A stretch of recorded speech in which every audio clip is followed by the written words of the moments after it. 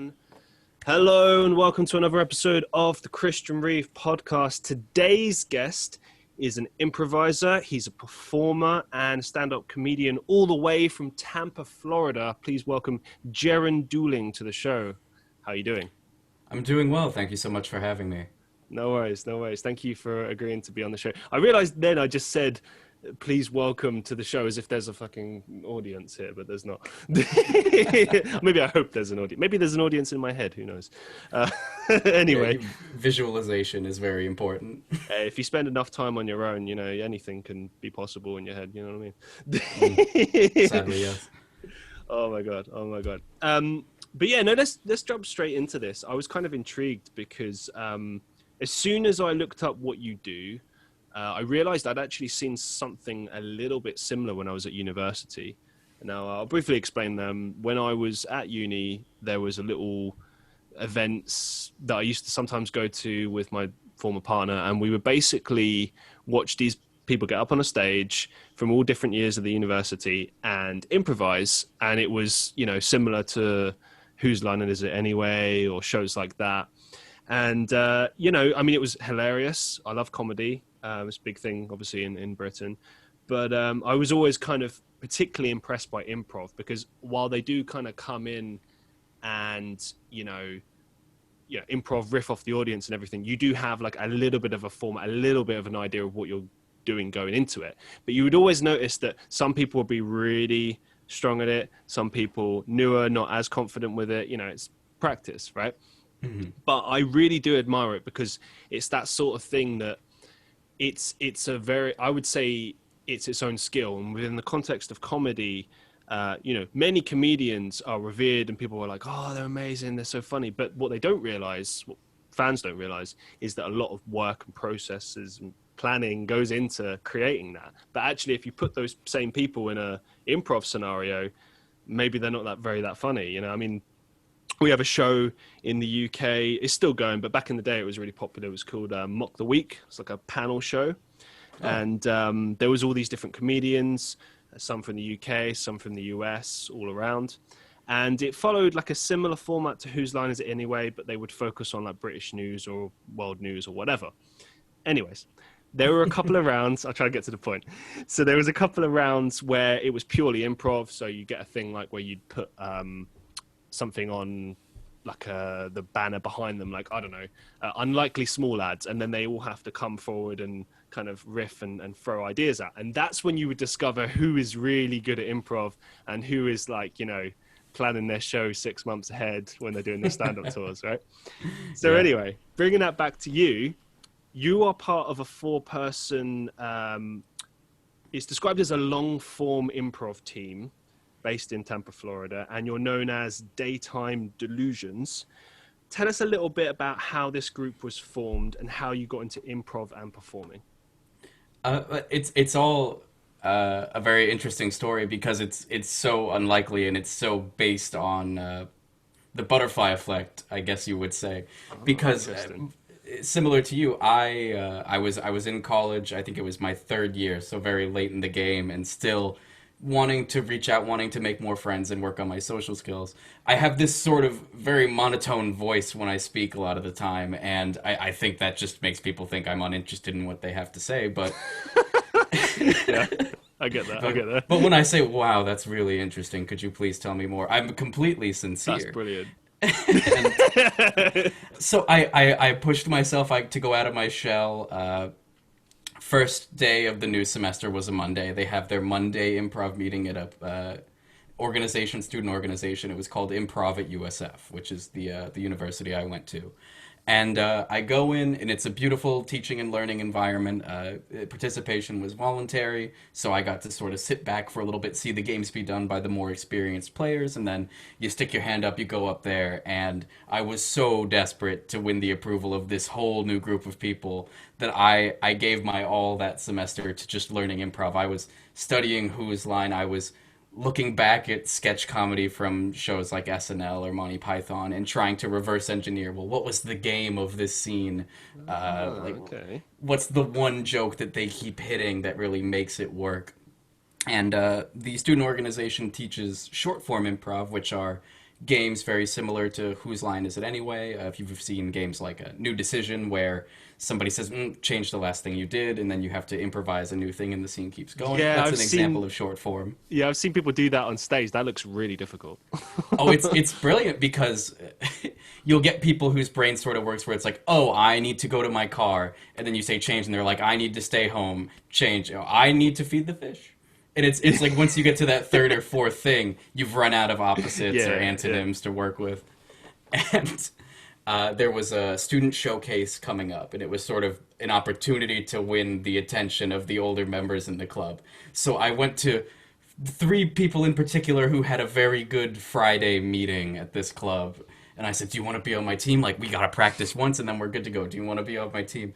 So the three of us, it was me, my friend Dan, who is currently in Daytime Delusions with me, our friend Chris, and our friend Andrew.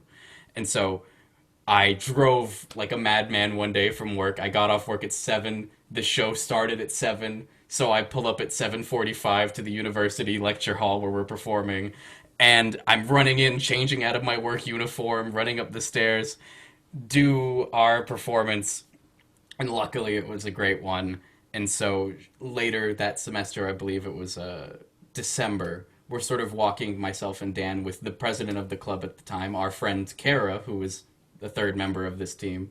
And she says, hey, usually we send a couple teams from our club to this competition in Sarasota.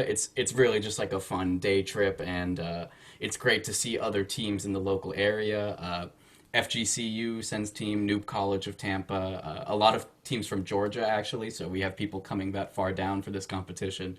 Wow. And we go, we're just treating it like a very fun day trip, and over the time that we've agreed to be Daytime Delusions with myself, Dan, Kara, and Kimmy, who was our fourth member, we all experienced like some personal hardships at this time, and we were stressed out with school. We were dealing with career decisions and things looming very large in the future for a young 20-something.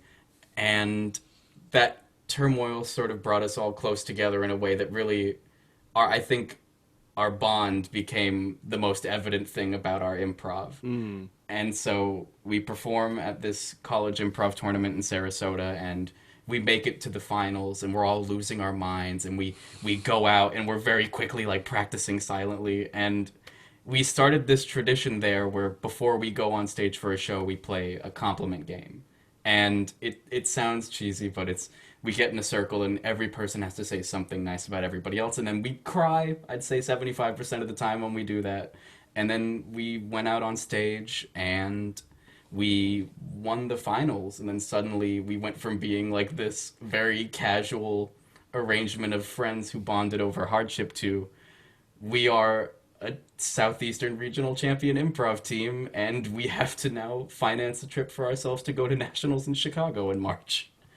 Wow. So okay, I didn't know that that there's this whole like competition element to this. I mean, like I've always kind of presumed, if there is like a business or career to this, I don't know how to exactly to frame this, but you know what I'm getting at, right? Like if this is something what you want to pursue in life, then I kind of figured that it's like something where you start with this, then maybe you work towards like, like a sketch show or something, and then you go that way, right? I didn't realize there's like a competitive element to this where you can actually compete. I mean, See, that's it's amazing. really interesting because one of the first things somebody in the club told me was, I was like, man, I love improv. Like if I could get paid to do this, I absolutely would. They say nobody gets paid to do improv. And I was like, well, it seems kind of reductive when you put it that way. Like, surely there's got to be some avenue for this. And I think in recent years, that avenue is kind of widening because we have more mainstream popularity, I think. Yeah, but Middleditch and Schwartz on Netflix is getting a lot of play.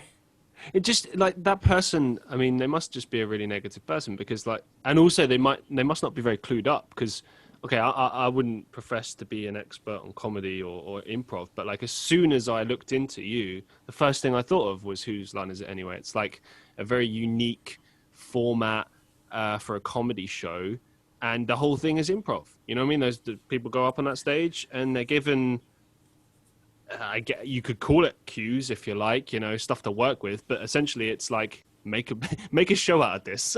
Is essentially the thing. You're really spinning straw into gold a lot of the time, Yeah. and there's this dichotomy or this breakdown, I think, between the opinion of improv for people who call themselves improvisers and the opinion of improv of the consumer or the Right. audience. Yeah. Because Whose Line Is It Anyway is a very popular show, but it's almost entirely short form games, and they even do some Right. Okay. prop comedy in there sometime. And there's this weird phenomenon where I think people in the improv community as a whole, at least from what I've experienced in my very small neck of the woods, they sort of look down on short form because there's this belief that if you have the same game and you're going to audiences have that Family Feud mentality where they're going to give you the same sort of suggestions over and over. So Okay. I can't tell you the number of shows I've been to where we're playing a game called World's Worst, which is just you give a profession and then you act out what sort of the worst iteration of that is. And the number of times you hear gynecologist is astounding, to the point where you see it and you go, oh boy, here are the same 4 gynecology jokes over and over. But in my personal opinion, I think short form can be every bit as divergent as long form, and it's all about how you utilize your personal experience. They call it using the flash, I think, in UCB Improv. The first thing that comes to your head that you relate personally to your suggestion is something that nobody else can do because that's your experience. And bringing that to improv is really what sets you apart, I think. Well, talk us a bit more through long form then. How exactly? Obviously, it kind of implies that it's longer, but like, what is the actual key difference between long form compared to short? Long form, whenever I have to explain it to a family member or somebody who's like, well, what do you do improv? What does that mean?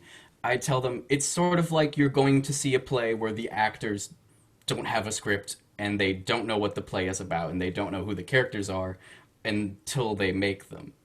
And there's really improv is an art form, and there's different styles to it. There's you can do long form as the Herald. You can do long form as an extension of short form games.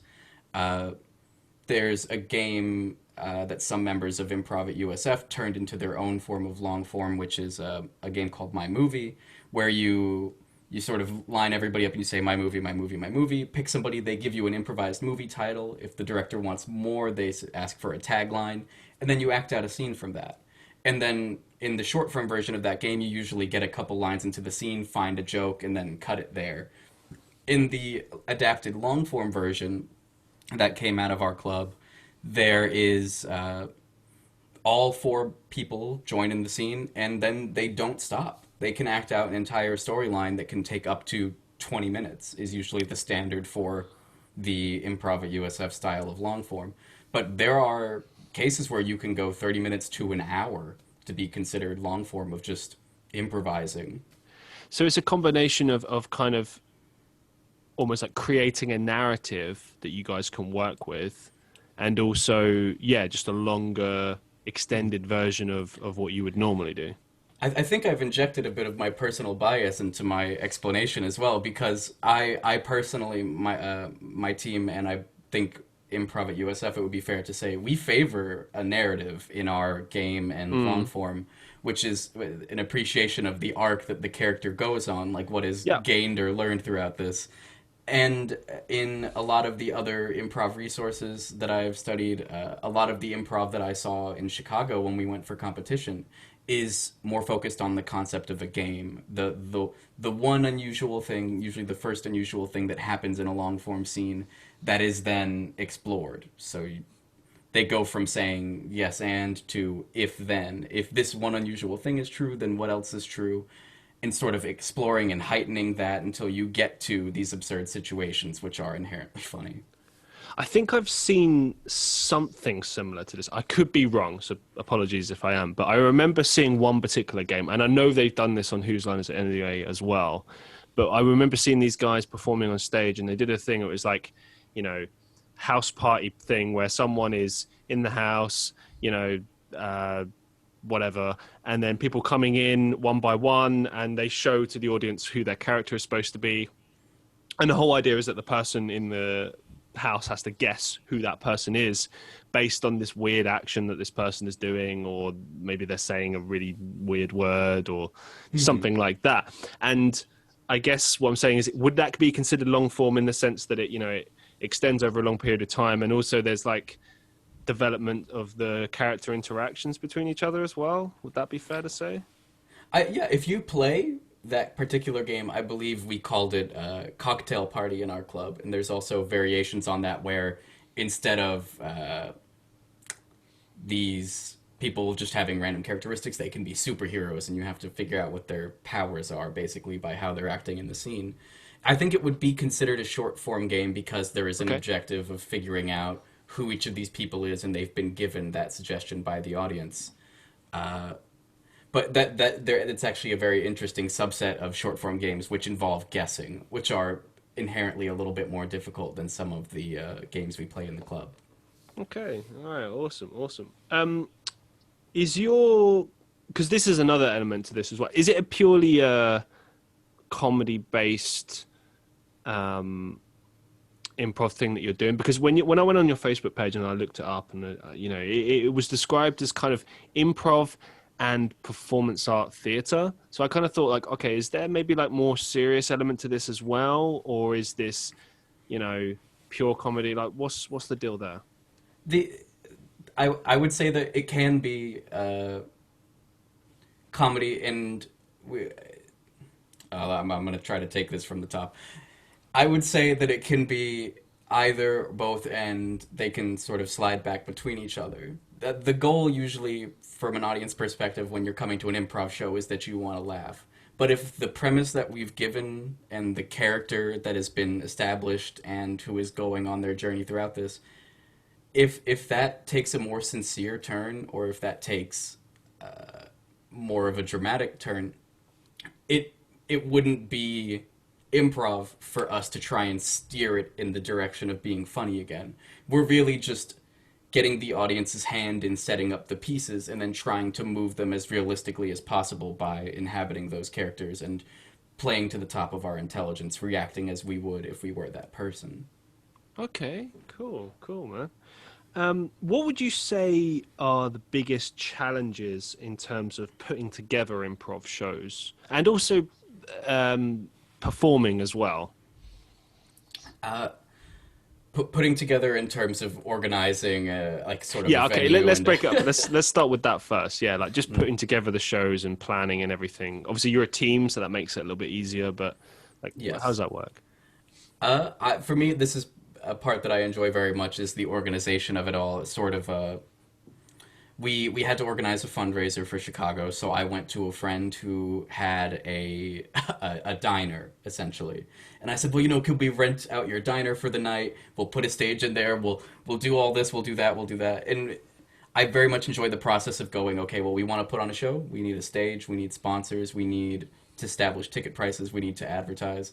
And sort of breaking those up by jobs and then delegating.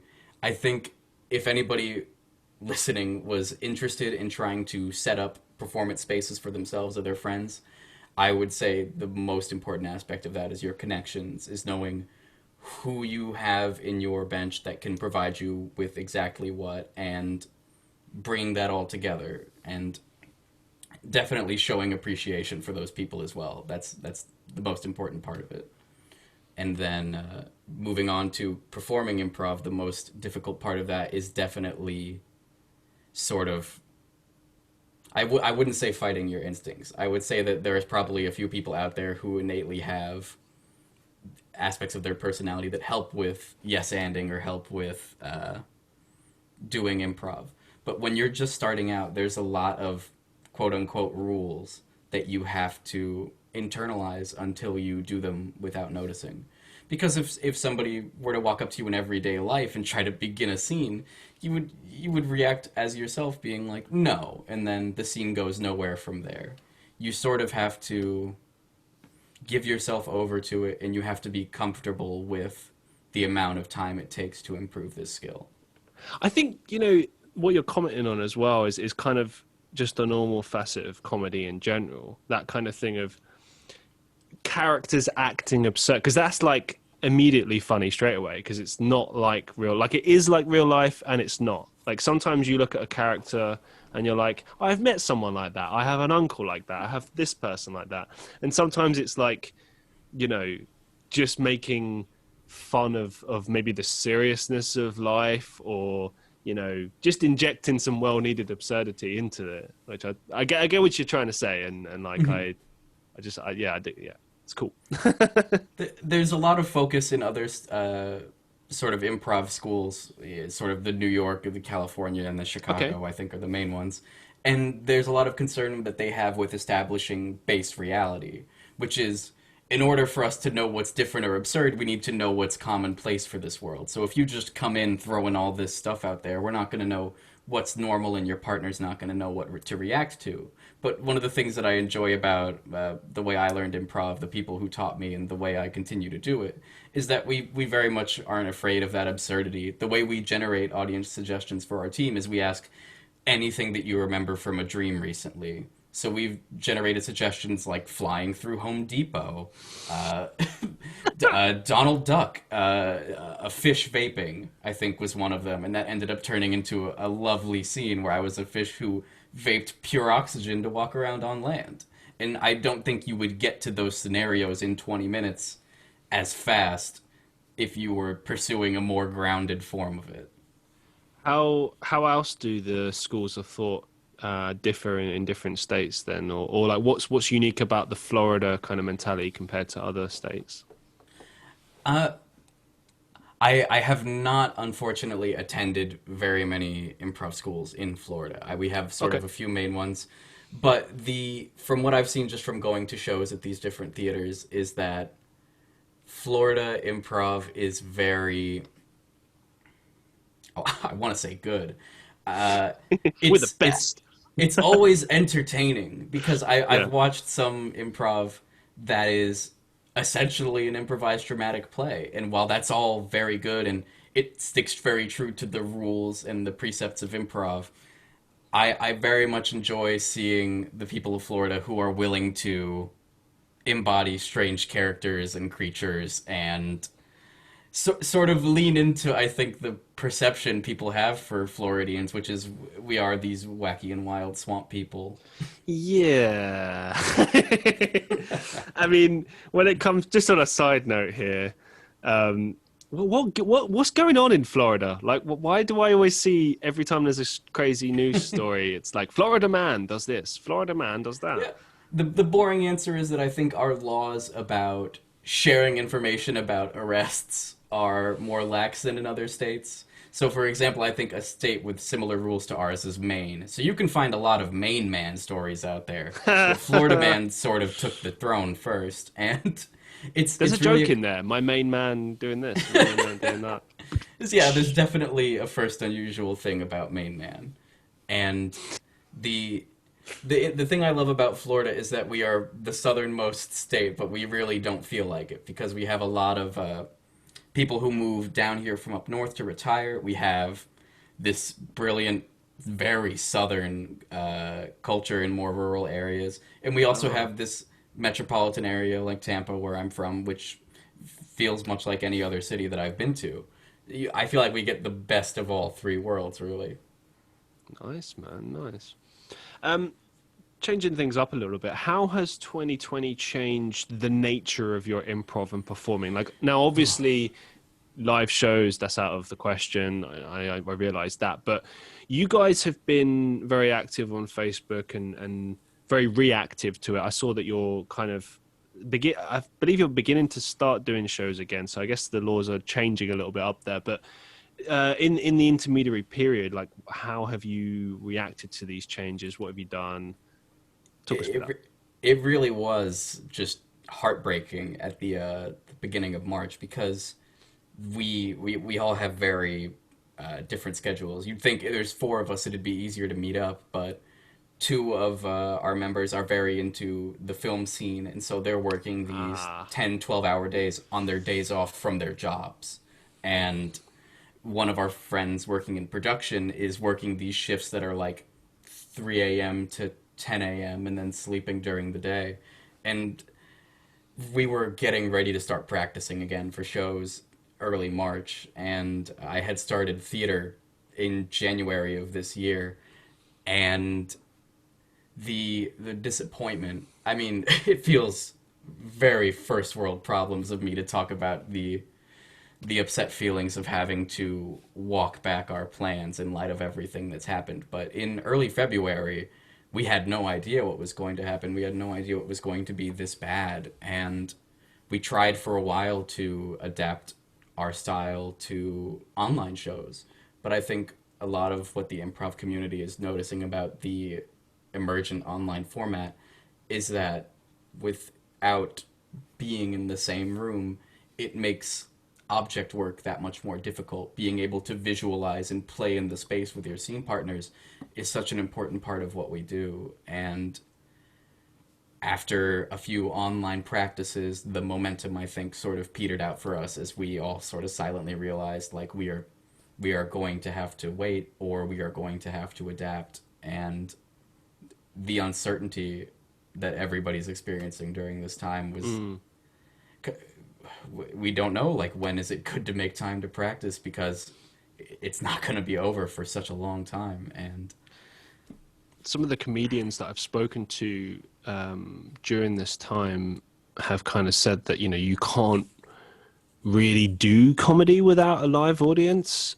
And at first, because I remember at first I was suggesting to one guy whose podcast I was on, he's a stand-up comedian, I said, like, oh, why don't you do live shows? And I hadn't even considered, like, how important the live audience is, not just, you know, to riff off, but like to know, is this funny, is this not funny? Like, that's so important, you know what I mean? It's one of those things where I think it's almost an unconscious skill, because I did not notice. If people ask me when I come off stage, well, how do you think the audience felt about it, I say I don't know. But then you have an online show where you're trying to act and react and have fun, and that silence is deafening. Because whether you registered or not, people are laughing at live shows, and your brain is taking that information in and saying, okay, that works. Let's lean on that again, or let's find a way to circle back around to that. But in lieu of that, it feels like you're kind of lost, or at least that's how it felt for me. I can imagine how tricky that must be. But it's good that you guys gave it a try, you know. I think that's the important thing, because, you know, like, I know how this will make me sound, but like, because I'm not like some big entertainer. I'm still at the beginning of my, you can't even call it a career at this point, but I'm trying. Okay. We're all trying. But yeah, but like, one of the things I remember speaking to my mum about this and saying, like, you know, I've been given all this time because I've been unemployed throughout this whole time. And so I had loads of time to do YouTube, podcasts, you name it. Right. And I remember my mum saying to me how, you know, this time more so than ever before is like, it's really important for content creators to kind of go full steam ahead. Like, not just because of the time factor, but, you know, to entertain, you know, to give people stuff to take their minds off COVID. Because let's face it, it's fucking everywhere. It's, you go outside, go to the store, go to your job, whatever. Like, it's, you don't want to fucking hear about it. It's like, it's like the shit in the corner of the room that some guy has just made, and you're told, like, oh, we have to ignore that, but it smells the whole place out, and it's disgusting, and why is he shitting there? And, you know, you get my point. And he won't stop, and you try to yell at him when he comes in, and he can't hear you, and you don't want to, like, approach him. Yeah. I don't know where the fuck that analogy came from. It's it works. It works. Anyway. On the subject of the content creators needing to create right now, I think that's what I've noticed more than anything is the feeling of pressure. Like you say, we have so much time now, and it feels like if you take a day where you don't do something to advance some project, the guilt that I feel from that it's disproportionate at best. And a lot of my friends feel the same way. I feel like it's heightened this existing problem where people attach their self-worth to their projects and what they're currently doing. And being inactive during a time of global crisis is sort of seen as laziness or lethargy. And I don't think that's fair. I'll add to that as well. Like, for us content creators, like nano creators, I learned we're called. Because if you're a YouTuber and you're under 25K, you're considered a small YouTuber. So I think and if you're under 1,000 or 2,000, you're a nano. So I'm a nano I YouTube. like that. That's I'll great. take it. I'll take it. But anyway, yeah, I totally agree and relate to everything you're saying on that. And I also feel that, you know, if you do take a day where you don't upload anything, it's like that's one less day towards you having a chance or a shot of maybe making it. Like that's how I see it. Like I've gone from uploading like 3 times a day on 2 channels to like, you know, only on one channel, doing it multiple times a day. Now I've kind of got to a more relaxed thing where I'm like, okay, every day, but I've already done this stuff ahead of time, and I'm trying to calm it down because it's like overkill. Yeah. And a lot of people have said that to me as well. How it's like, oh, if you upload too much, it doesn't give your audience enough time to check out what you're doing.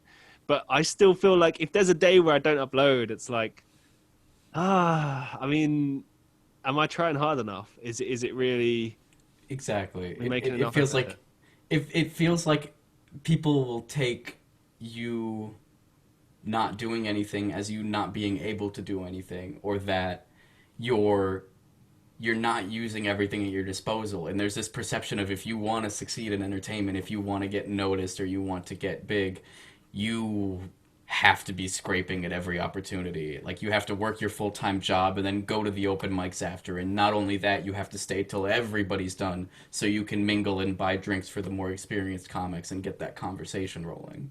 I've said this And before as well. Like, oh, sorry, go on. no, no, I absolutely did not know where that end was going. I'm glad you cut me off. Oh, I was just gonna say I've said this on the podcast before, but I feel that like with entertainment, you know, the odds are stacked against you hugely, and the chances of making it are like 1,000,000 to 1. But you do have to like put your heart and soul into it and keep trying. And every single content creator that I look up to, every successful musician, actor, poet, whatever, right? They all say the same thing. They all said, I worked my fucking ass off like all the time, and it took me ages to become noticed or to become successful. And I've noticed this. There's a lot of content creators I see, they set up, like take podcasts as an example, right? I see so many podcasters set up a podcast, they do 5, 10 episodes, and then they give up because they're not getting the numbers, and they're not getting this, and they're not getting that. Like, I'm approaching 50 episodes, and I can tell you the numbers, they're still not where I would like them to be. But you know what? I'm learning through this. I'm enjoying it, most importantly. And there are developments there. You know, the more you put into it, the more you enjoy it, and the more you just kind of try, the more opportunities become available. Like, one thing I've noticed, there's a lot of people have said here, you know, like after we're finished and stuff, they often say like, oh, they look kind of surprised. Like, they look like they weren't expecting it to be as professional, because I take anything that I do very like seriously. I treat it as though I already were successful, like I already were like a big YouTube channel. I know that I've only got like was it 500 subscribers. I know that most of the time I struggle to get like 5 views on a video or something. But if you focus on that shit and you don't focus on trying to become better and trying to be just the absolute best that you can be and putting out high quality content, then you're never going to make it. That's the reality of the situation.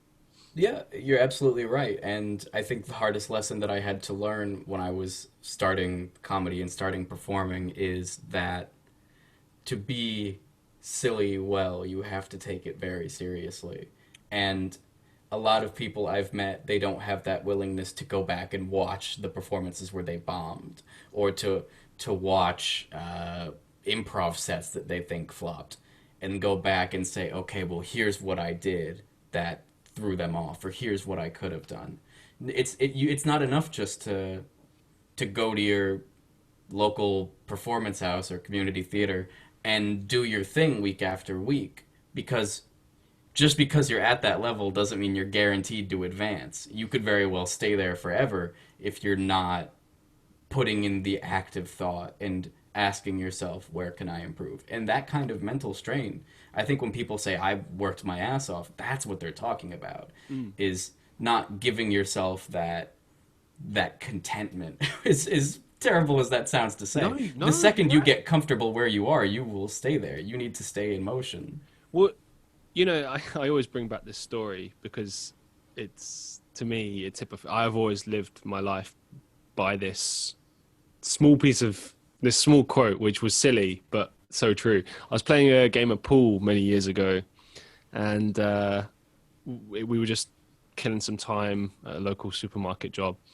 and I killed this guy like 6 times. I every single frame beat him, right? Then he beats me one time. So it's like 6-1. And the guy next to him's like, "Pfft," and I was like, "Hey, I just beat him 6 times." And he's like, and he was joking, but he said this piece of information. He said, "You're only as good as your last game." Ooh.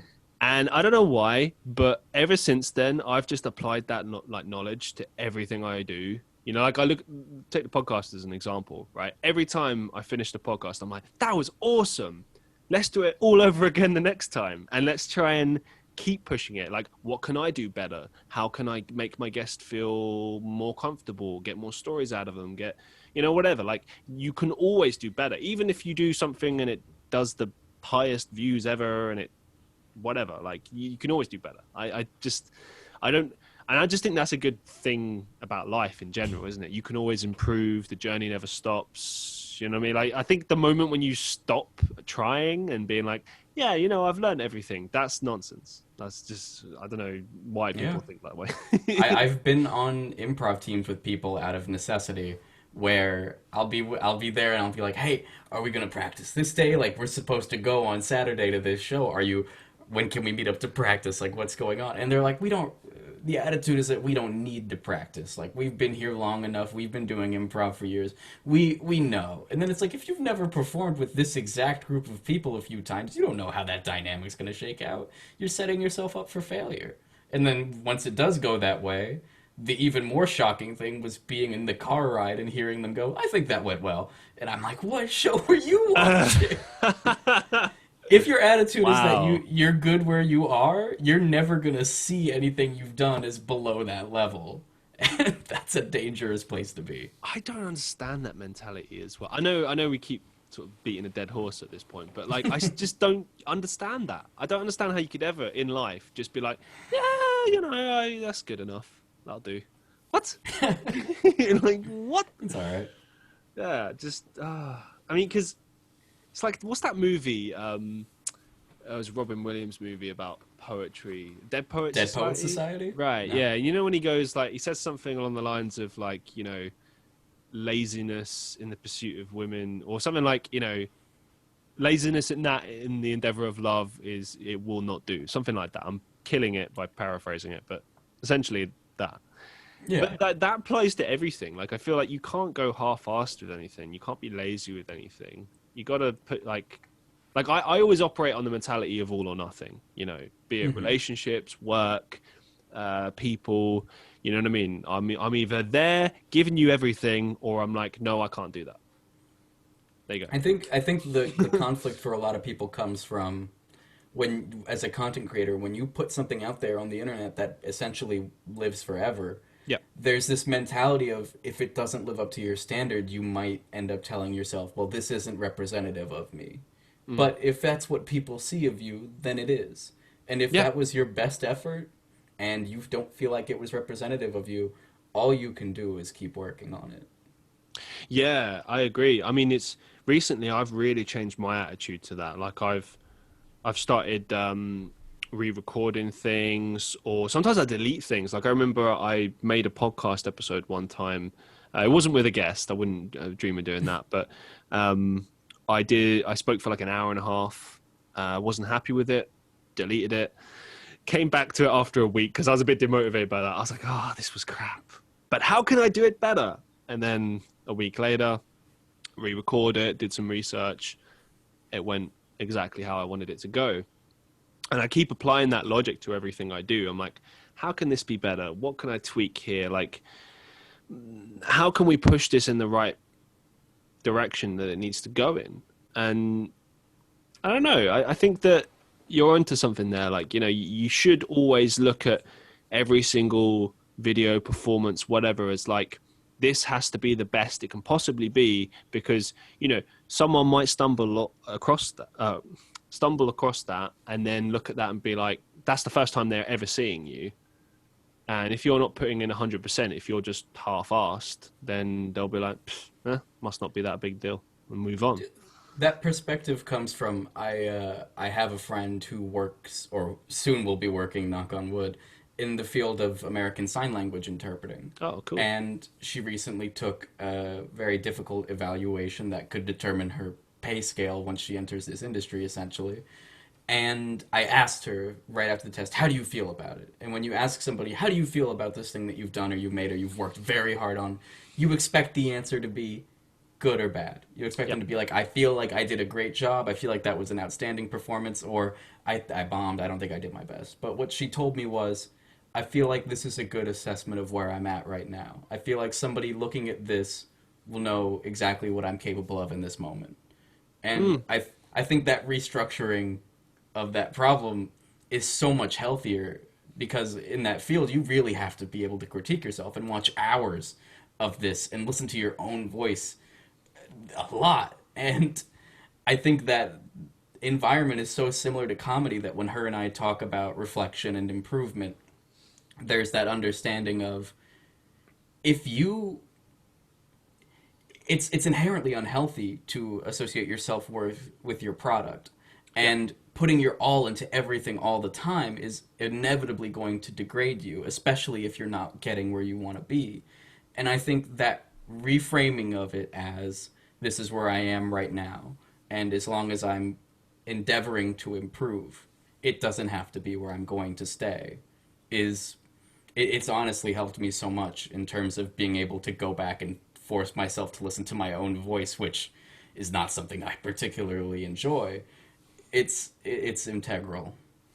Yeah, no, you're absolutely right. I think a lot of people find it very hard to do that, to critique themselves, or to take criticism from other people. I've noticed a lot of the time, especially on YouTube and places like that, that, you know, a lot of the criticism you get, I mean, it's poorly given. So Bad faith, usually. well, it's just like, you're trash, this, that, and the other. And, you know, I just laugh it off, right? But every now and again, you'll get something where it might, well, probably in my experience, it's always usually pretty negative still. But I'll look at it and I'll be like, hang on, this person has given me something here. They might be an asshole, but they're an asshole who's given me something instructive. So they've actually given me a present. Absolutely. And then I work on it and I use it. And I think, yeah, combining that constructive feedback that you get from people, and also looking at yourself every now and again, and being reflective, and not being afraid to do that, and to be afraid of like discovering, like, oh, you know, I'm not very good. You know, like I've often had that where if I take like music as an example, I've been doing that many years, and sometimes I'll be like really happy with something I've done, and then I'll hear someone whose voice and songwriting ability and everything just trumps mine, and I feel a bit crap for a moment. But then I'm like, do you know what? It's a process, and that's a different person, and you can't compare yourself to other people. You've got to like focus on yourself at all times. Like, Yeah, compare yourself to yourself instead. I'm sure a song that you've written recently is miles above songs you were writing years ago. Yeah, exactly. Yeah, I think that's a toxic thing that people tend to do, is focus. Like, why am I not like this person? And it's like, everyone has a different trajectory, and more often than not, those people that you see doing really well, you didn't see where they were like really busting their ass and doing really badly. You know what I mean?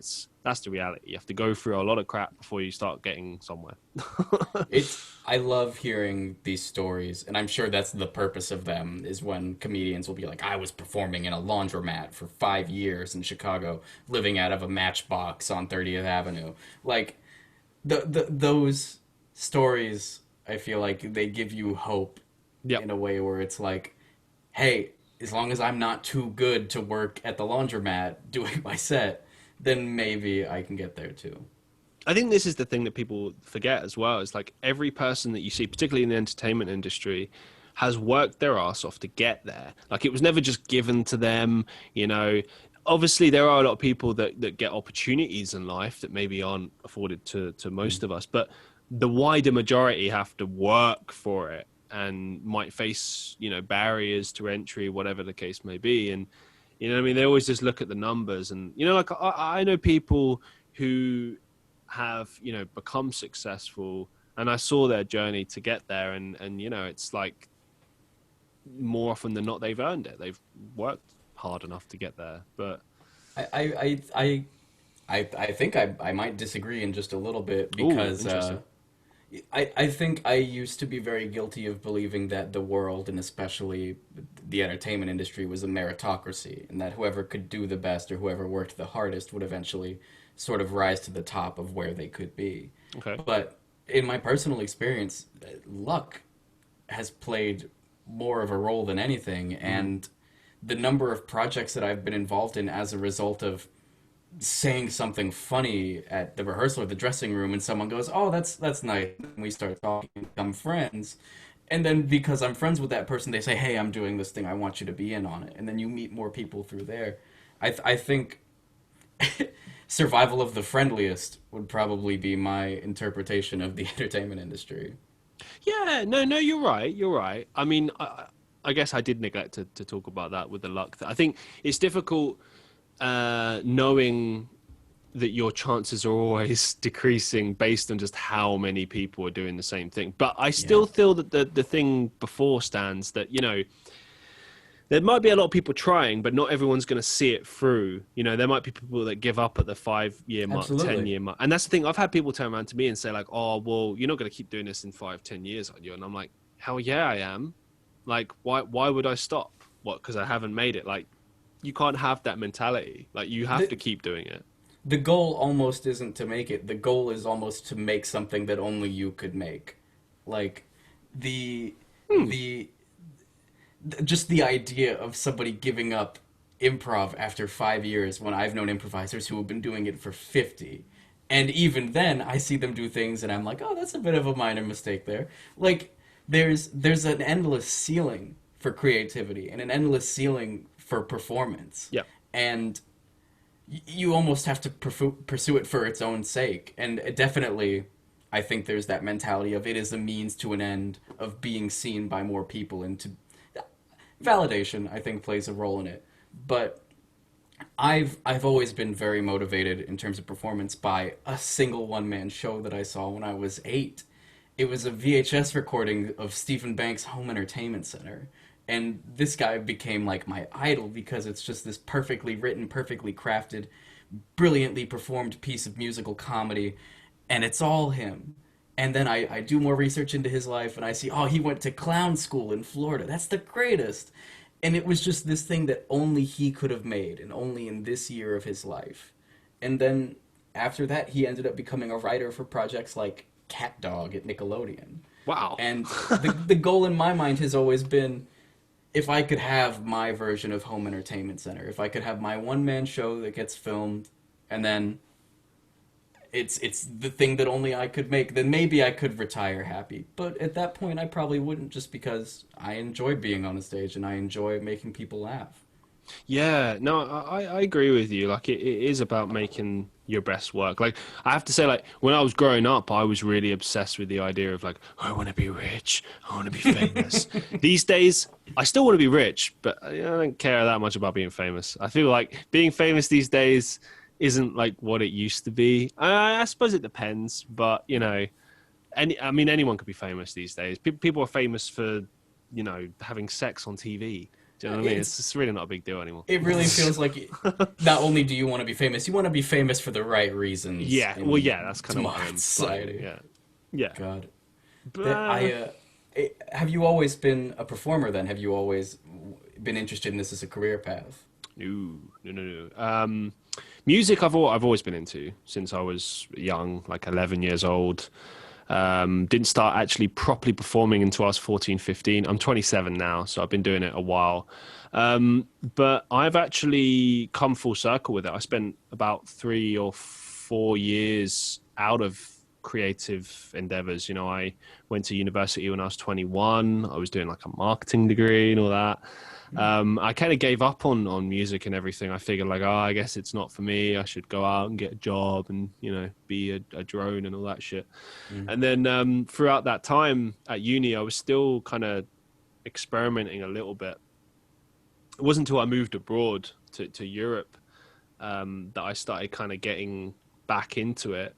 And then I would say beginning of last year was when it all changed. I was introduced to a couple of acting projects, and I'd never done acting before. I did it at school and it was fun, but I never really considered it being something I would do.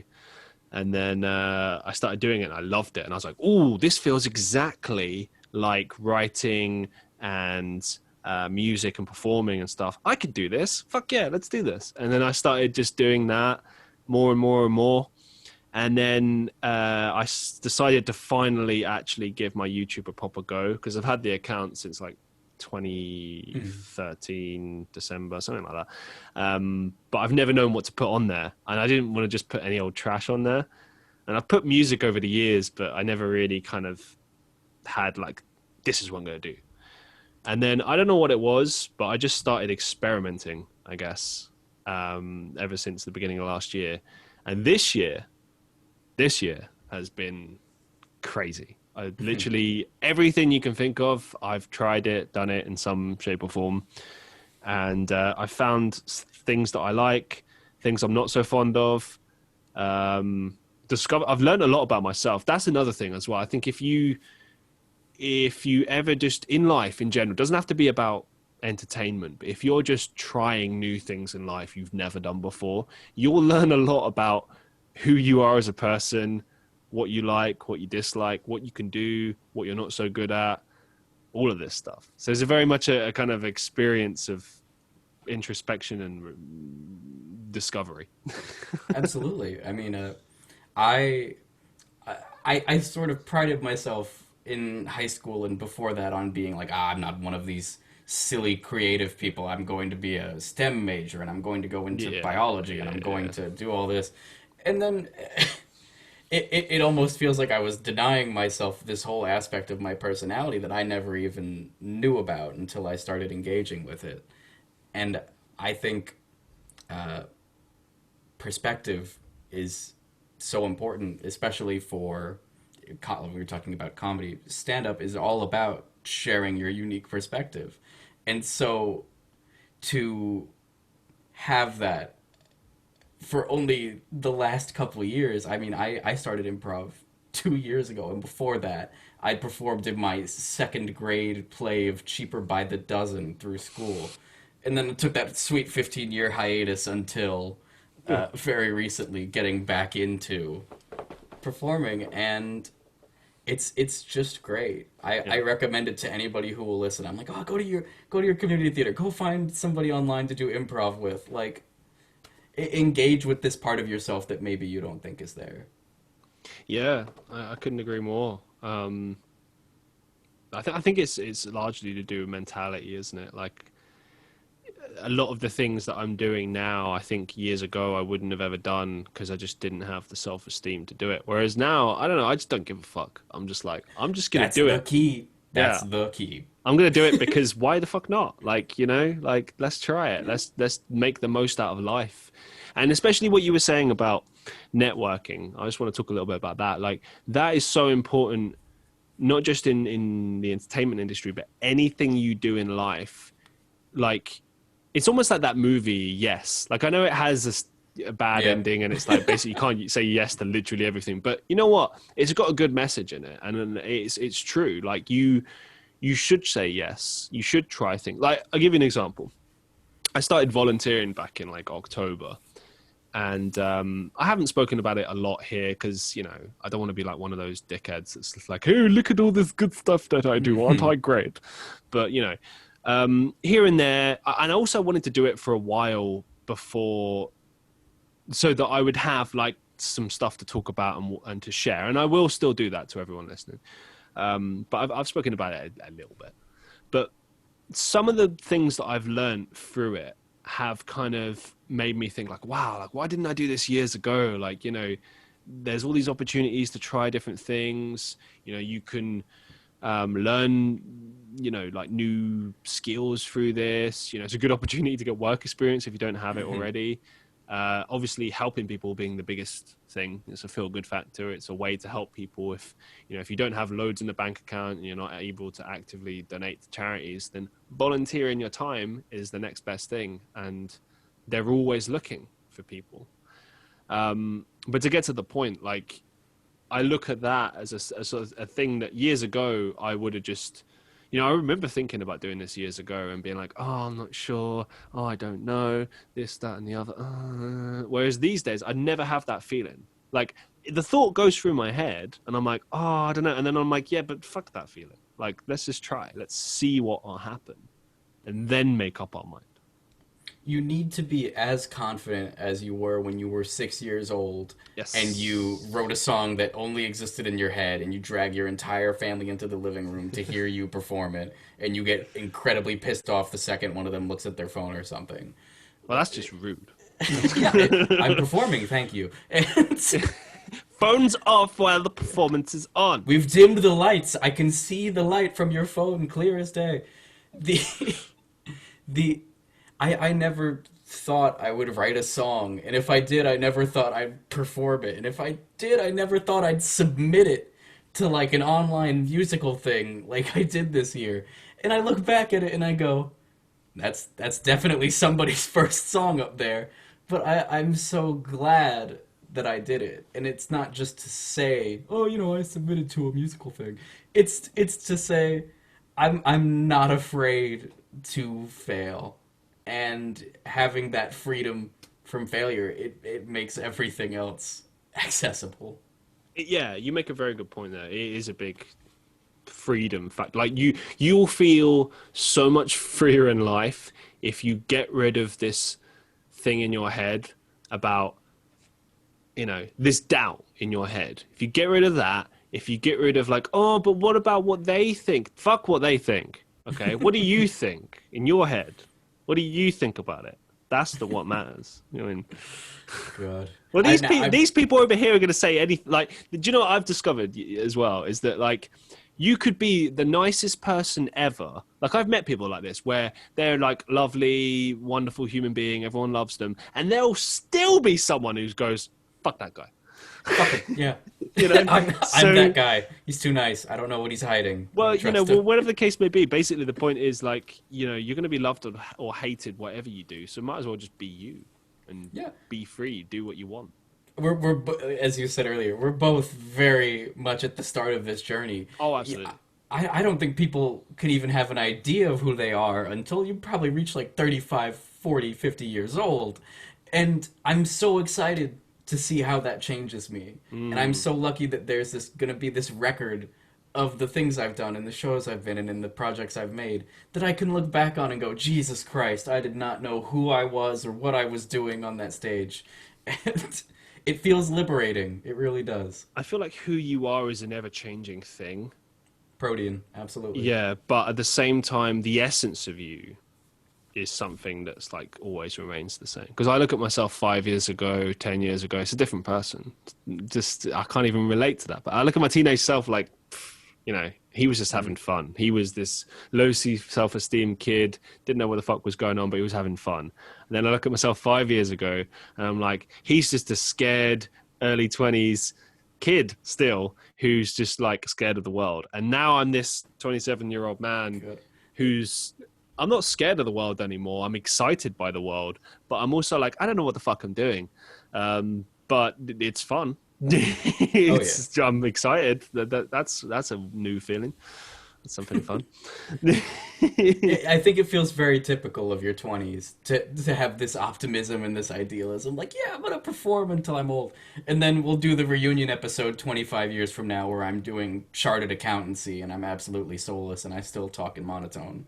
But I'm enjoying the living in the now. It's not something I did all through high school or until I started performing, but enjoying the current moment for what it is and trying not to make it miserable for myself with doubt and lack of confidence.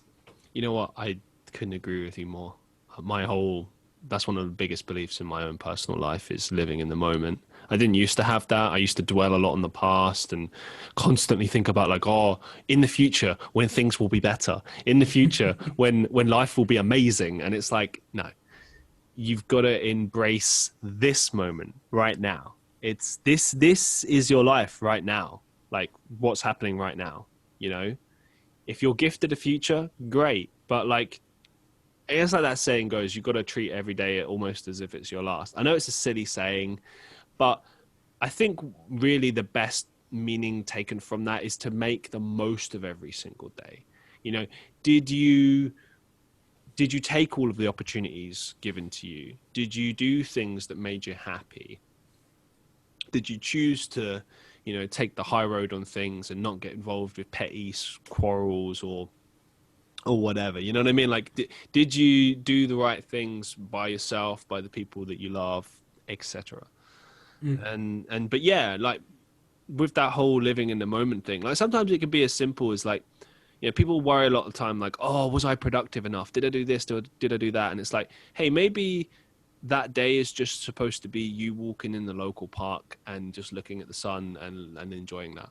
Do you know what I mean? Like that, the living in the moment thing, I think is a relative concept, and it can literally mean anything. But I think what it really means is like just embracing happiness and the little things in your life and realizing, you know, it's not forever, and making the most of it.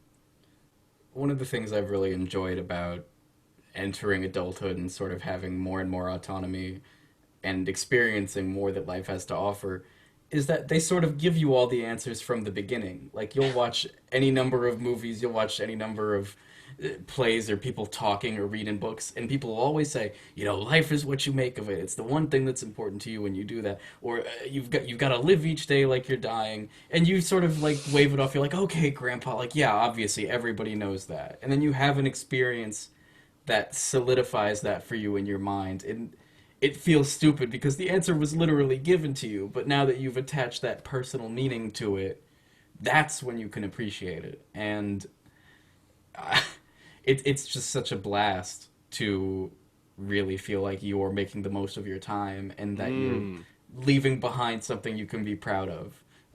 I don't even plan on having kids, but the number of times I do a project or I look at a recording and I think, you know, I could show that to my kid. It's interesting that that's the way I sort of view what I'm doing. Yeah, I do think it's important to think about the future a little bit in that regard. But yeah, like that is funny too. Like I remember 5 years ago thinking like, me, a dad, like I can't even get my own life in fucking shape. Like how the hell am I gonna look after a kid? And now, expensive. well, yeah, that's it. I mean, let's not even get into that. In this world where kids are free. Yeah, I mean, I feel like I'm more ready than I was, but like I'm still not. I think I like I said this to someone recently that I feel I still need to like live life a bit more, like so I can actually teach my kid some shit, like some life shit, you know, not just tying his shoes or her shoes, but like, you know, this is the way that life really works, and this is what people are like, and you know, blah blah blah. But you know, I mean, I think you were onto something. I think that especially the cliches. I've noticed every cliche is actually real. Like it's true. There's this meaning behind platitudes, and it's so frustrating because you're like, really? Treat people how you want to be treated? It's as easy as that, and I just ignored it for so long. God. Well, I say with that though, like there's a couple of things you need to get over. Like, yeah, you should treat people like you want to be treated, but that doesn't mean they're going to treat you the way you want to be treated. Like now we're adding the layers. Yeah, it's like you got to make this conscious decision. Like, can I allow people to be assholes and not let it affect me, and not let their, like, if someone's a negative person, for example, and you're a positive person, you've got to like be strong enough to not allow their negativity to seep into you. Absolutely. you've got to know like when to hold them and when to fold them and when to walk and when to run. Yeah. Just drop them all in, sprinkle them all in. Why not? Let's have a cringe fest. God. Oh my god. Who are your main sources of inspiration when it comes to improv? Ooh, God, when it comes to improv, I'm very fortunate to be surrounded by the people who were my teachers. My friends Kara Maroon and Kimmy Traub were sort of the board of the club at USF when I joined. And so Cool. they were literally the people standing at the front of the room explaining the games and demonstrating for me coming up. And our unofficial official coach, Brooks Oglesby, has been a great mentor and teacher to me specifically with improv. Going beyond the local to celebrity, I sort of realized in the course of this year or last year that I've subconsciously been trying to become Jim Carrey since I was like 6 years old. Robin Williams, obviously one of the greatest examples of somebody who is, I would say, sort of improv forward in their performance. And I mean, as the genie in Aladdin and Good Morning Vietnam, I've often watched scenes with one or the other of these people before going on stage to try and remind myself this is the energy, this is what it's supposed to feel like. Robin Williams is amazing. Like if you look at like he was almost like a king in improv. You could just put him in any scenario and he would just yeah. I remember reading like a lot of his parts. Like wasn't the genie? A lot of that was just improv. It was just like they were like, "Hey, we need you to say some funny shit," and he just Exactly. riffed. The animation was sort of done around his improvisation, and they made that part with him in mind. The studio had to Amazing. approach him with an animation done to some of his stand up. Could you imagine if he'd have said no? Who the fuck would they have put in that spot? Dan Castellaneta, presumably, who replaced him on later Aladdin projects. Yeah, but he is always going to be the genie. I'm sorry. Sorry, Will Smith, but it's always going to be Robin Williams. Oh, that new Aladdin movie had so much potential.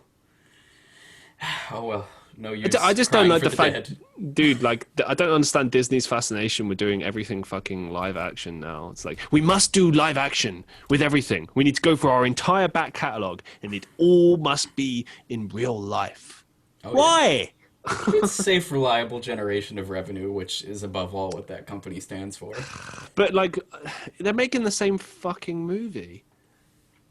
Same There's movie. there's a really interesting quote. I think it was from Michael Eisner before he worked at Disney. Or no, it had to have been during. But he says, in the course of making money, we will sometimes make art. And it's like the goal is not to make art that makes money. It's to reliably generate revenue.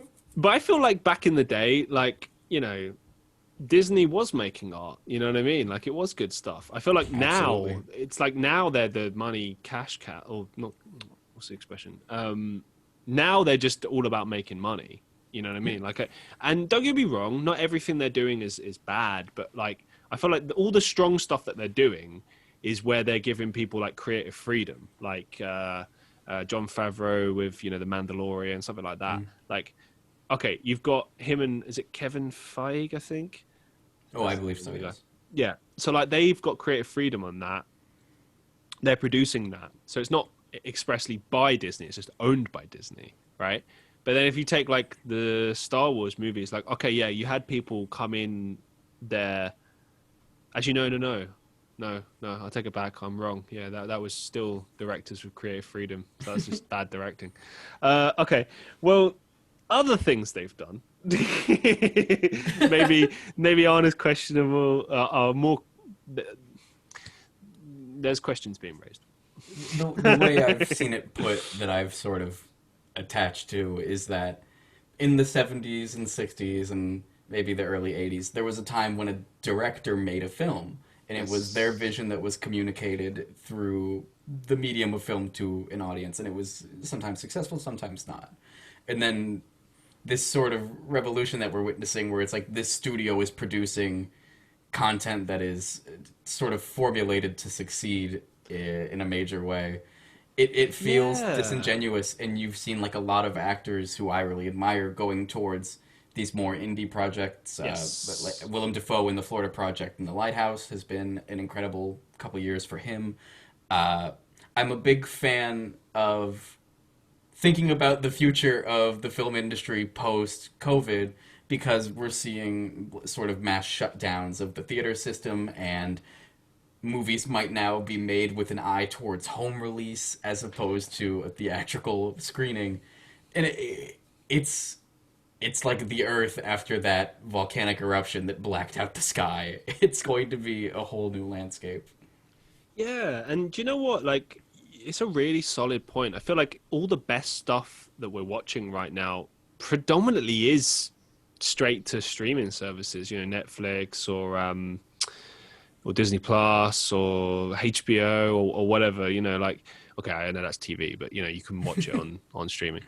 But yeah, like the movies. I mean, yeah, Marvel is doing good stuff, but like. And you know they're owned by Disney, but you know I always forget that. It's weird, isn't it? How Disney just owns everything now. It's so weird. Yep.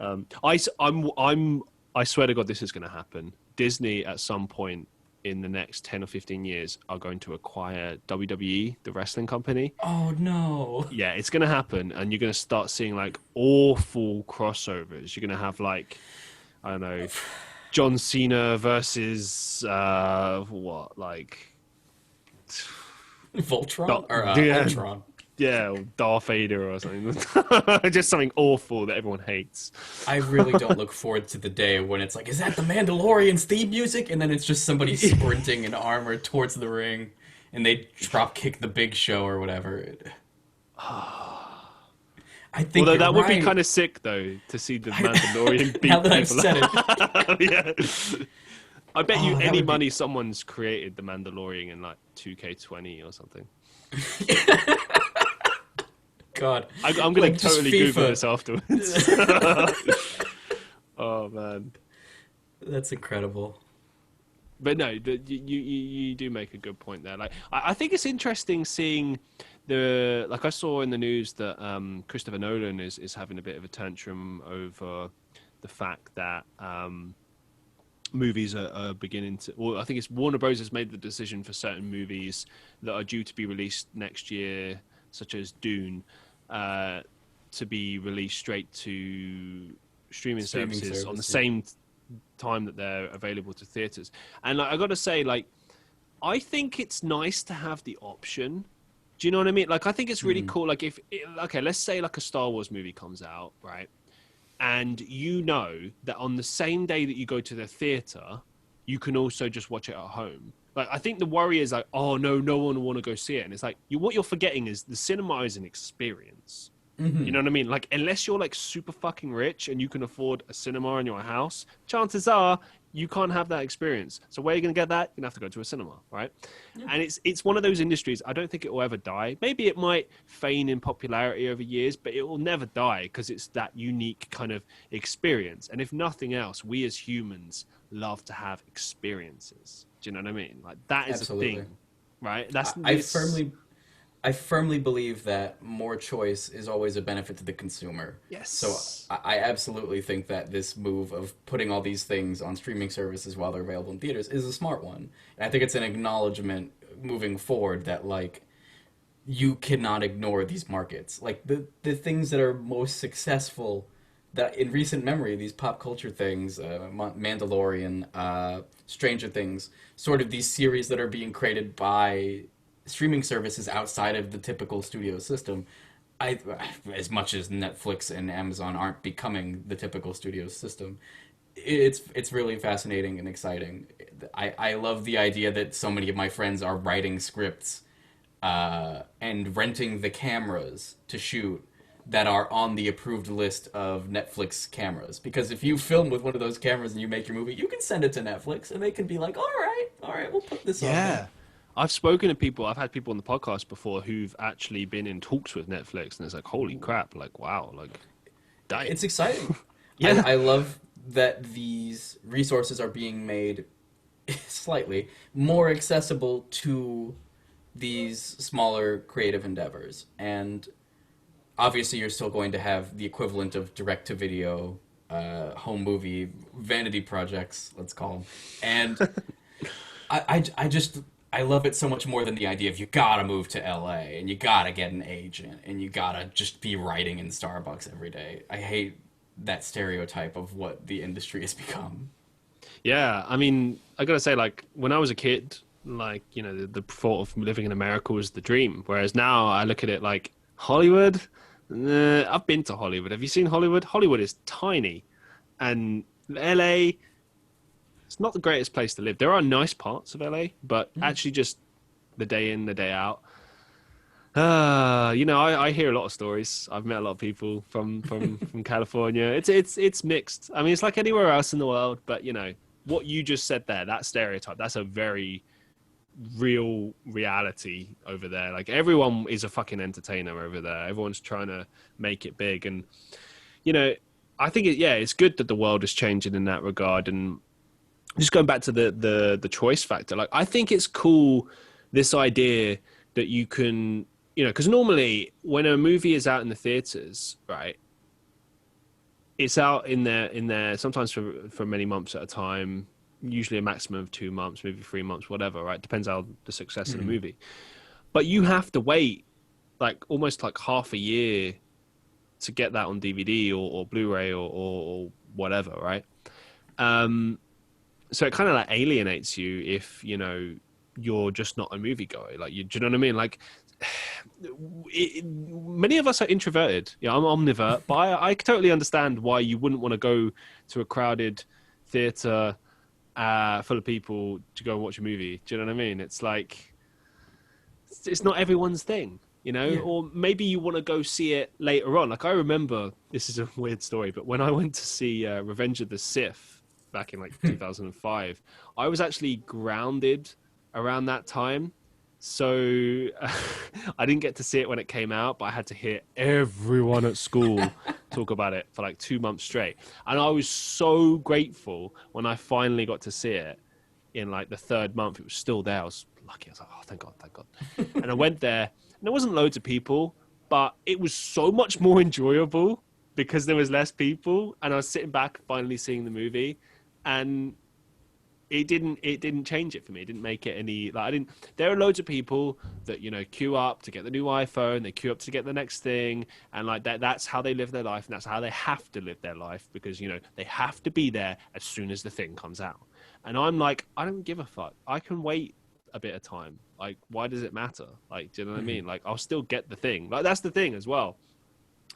With these major companies, these directors, they're just worrying that, oh, this is less money in my pocket. And it's like, you'll still get your money. You just have to make the right business deals.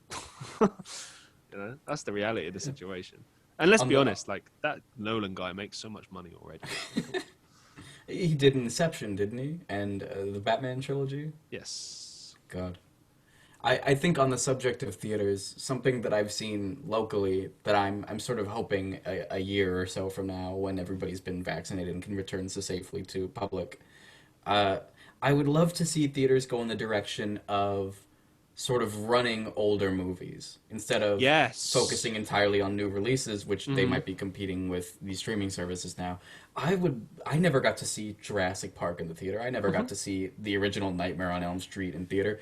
I would absolutely pay for the opportunity to go experience it in that way. In London, in the UK, there's actually a theatre that does this, and they do like in Leicester Square. So if you're ever on holiday there, Leicester Square, go to the middle plaza, and there's like a little cinema in a back street. It sounds dodgy, but it's okay. And it's near Chinatown, so it's great. Yeah. And anyway, they always do like marathons of like Star Wars, Lord of the Rings, you name it. And I always look at, like, I've never been, but I would love to go. And I look at that like, hell yeah. Like, you know, why wouldn't you want to go see Back to the Future trilogy in cinema? Like, fuck yeah. It's a different experience. And it's that, it's that thing. It's that experience you can always recreate as well. And it doesn't matter how long the movie's been out for. You know what I mean? I think if the movie's good and the experience is offered, then why not? Yeah. I'm sure that I don't know how to go about getting the distribution rights for these older films or whatever, or who gets paid in what amount for screening it. Yeah. But I think about how Tenet was this movie that came out recently and was like going to save theater. People aren't going to be watching Tenet like 15 years from now in a theater in Leicester Square.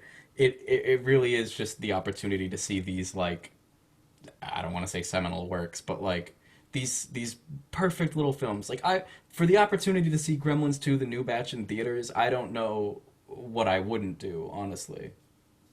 Yeah, I get what you mean. I think it's cool as well when you can see like more independent releases and stuff. And you know, I think it would be cool if we got to a point where somehow you could choose whatever movie you want.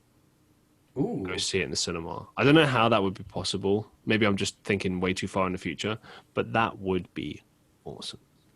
This is a big idea. I have heard that they are renting out whole theaters.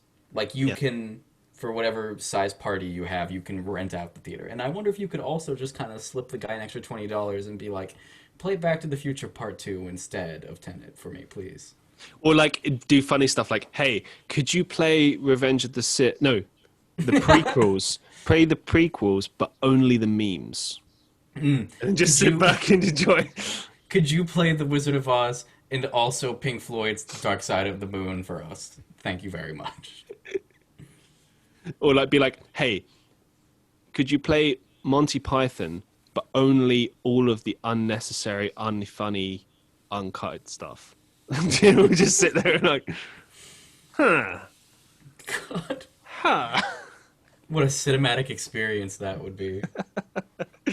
Or It's just, just you know, like years ago, apparently in like the 40s or whatever, they would actually have like erotic movies, like porn, basically. And they really. would, yeah, they would show it in cinemas. And I often wonder about, like, imagine like modern porn. You could just go to a Oof. theater and watch modern porn in like, I don't See, know, IMAX, or whatever. That would be just I kind of think spectacular.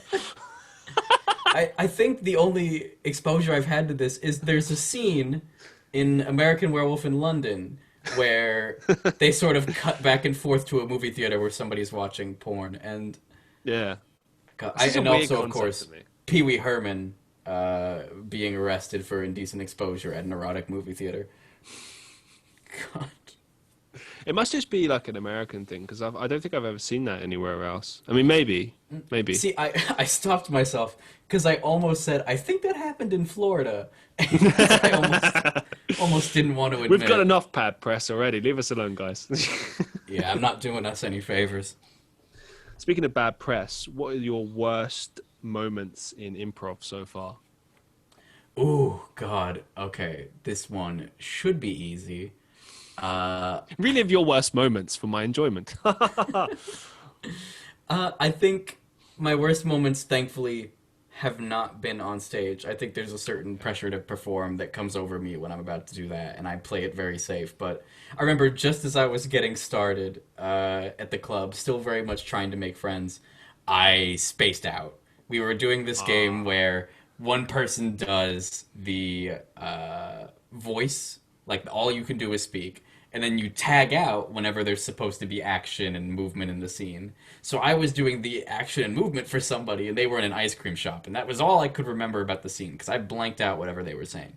And then I get tapped in, and I go, oh, and I just pull out a gun on like somebody who is now one of my dearest friends during the scene. I was just like, shh, shh. And I remember being so like hot, red in the face, embarrassed because I was like, that's it. They know that I'm bad now, and we're never going to be friends after this. And thankfully, that wasn't true. Uh, surely they there must was have a, laughed because of the absurdity of it.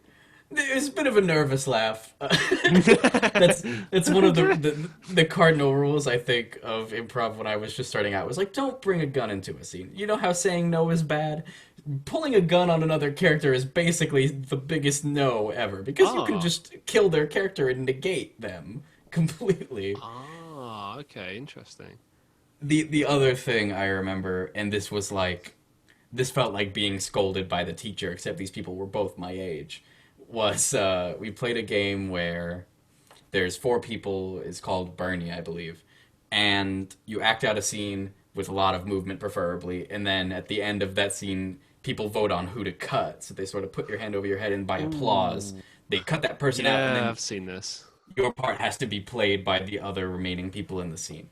So I forget what was going on. I think it was a salon, and I like came in at the beginning. I did very little, and then I left, and I was like, oh, I need to add more to the scene. So just sort of ignoring what everybody else had done, I ran in and like fake slapped, like you know, you do like the hit your arm kind of thing. And there was just like a big stunned silence because I kind of ran aggressively back on stage for this bit. And then the time came for them to vote somebody off, and it was like I was the last in line. So first person's head, silence. Second person's head, one clap. Third person's head, silence. And then they put it over my head, and it was just like uproarious applause. They were like, "Get him out!" And then after that game concluded, I was sitting in the back, and they were like, "Hey, y'all, this isn't targeted at anyone specifically, but don't feel like you have to." Just sort of add things to the scene, or just sort of, you know, and like try to avoid confusing or violent movements. And I was just hate it when there. people are like that. Just fucking don't be a pussy. Don't be a dick. Just come over and say, hey, dude, don't do that. I'm a big fan of the come over and being like, you know what you did? I know what I did. Okay. No, I just hate that. Like it's like when you're in school and someone I don't know, aggressively shouts or something, and it's like. Now, class, if you feel the need to do this, and it's like, hey, we all fucking know that it was this guy. It's like it's a very tame form of collective punishment, but I think it was definitely justified. I never did that again. Good. You know, I think if I have to think of a time when I really messed up a performance, and this is a bit close to the chest, I think. It was when we were in Chicago performing for the finals of the college improv tournament. So it was this stage that we'd never been on. It was this crowd, and this style of improv that they were used to was so different from ours, so it felt like nothing was clicking. And I felt like we were also sort of like looking for our footing. And so I sort of introduced, I was like, you know who could help us with this problem? Slim Jim. And Slim Jim was sort of this recurring character that we discovered in practice. He was like a real American hero type. And there's probably not a month or two that goes by where I don't think, if I hadn't introduced this character into the scene, like maybe it would have gone differently, or maybe like the audience would have connected more if I didn't center it around this sort of American figure. I get it though. It's Chicago. It's a wrestling town. Slim Jim, Macho Man, Randy Savage. What's not to love? I wish, but Macho Man. Oh, I've God, I would kill for some Macho Madness. Listen, I'm the cream of the crop. Just so for Slim Jim. My favorite wrestling thing ever has to be Scott Steiner's incredible rant about math. Oh my god, yeah.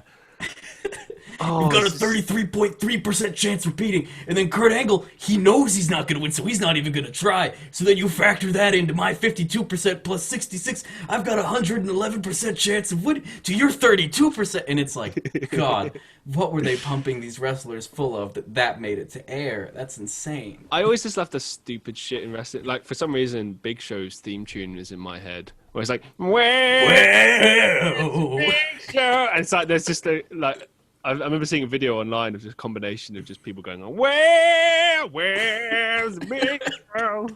I don't know why it's so funny. I absolutely adore Bret the Hitman Hart, and his theme song is just like some dude talking over me. He's like, "Who? I know I'm sexy," and I'm like, "Yeah, Bret, get in there." HBK, yeah. Yeah.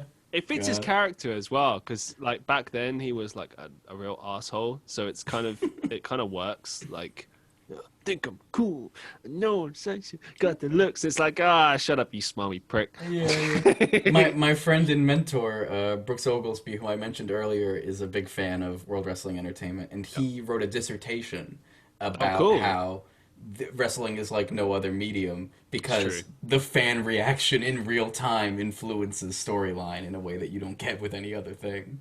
Yeah, an interesting part of that as well is, for example, if a guy is a heel, a bad guy, and he's getting like really good reactions from the crowd, often the company will go with that, and will, you know, like the wrestler itself will go with the crowd reaction and then play up to whatever the crowd are saying. So if, like, you know, they actually love this guy, he's going to keep being the good guy. You know, if the crowd keep hating on him, he's going to be like, well, fuck you then, and be a bad guy. And, you know, it's a bit that, as long as the company allows that person creative freedom, then they can kind of go with what the crowd is kind of giving them and really make something of it. So yeah, like crowd interaction in professional wrestling is essential. Probably the key component. That's why right now wrestling is, I'm a massive wrestling fan, if you couldn't tell.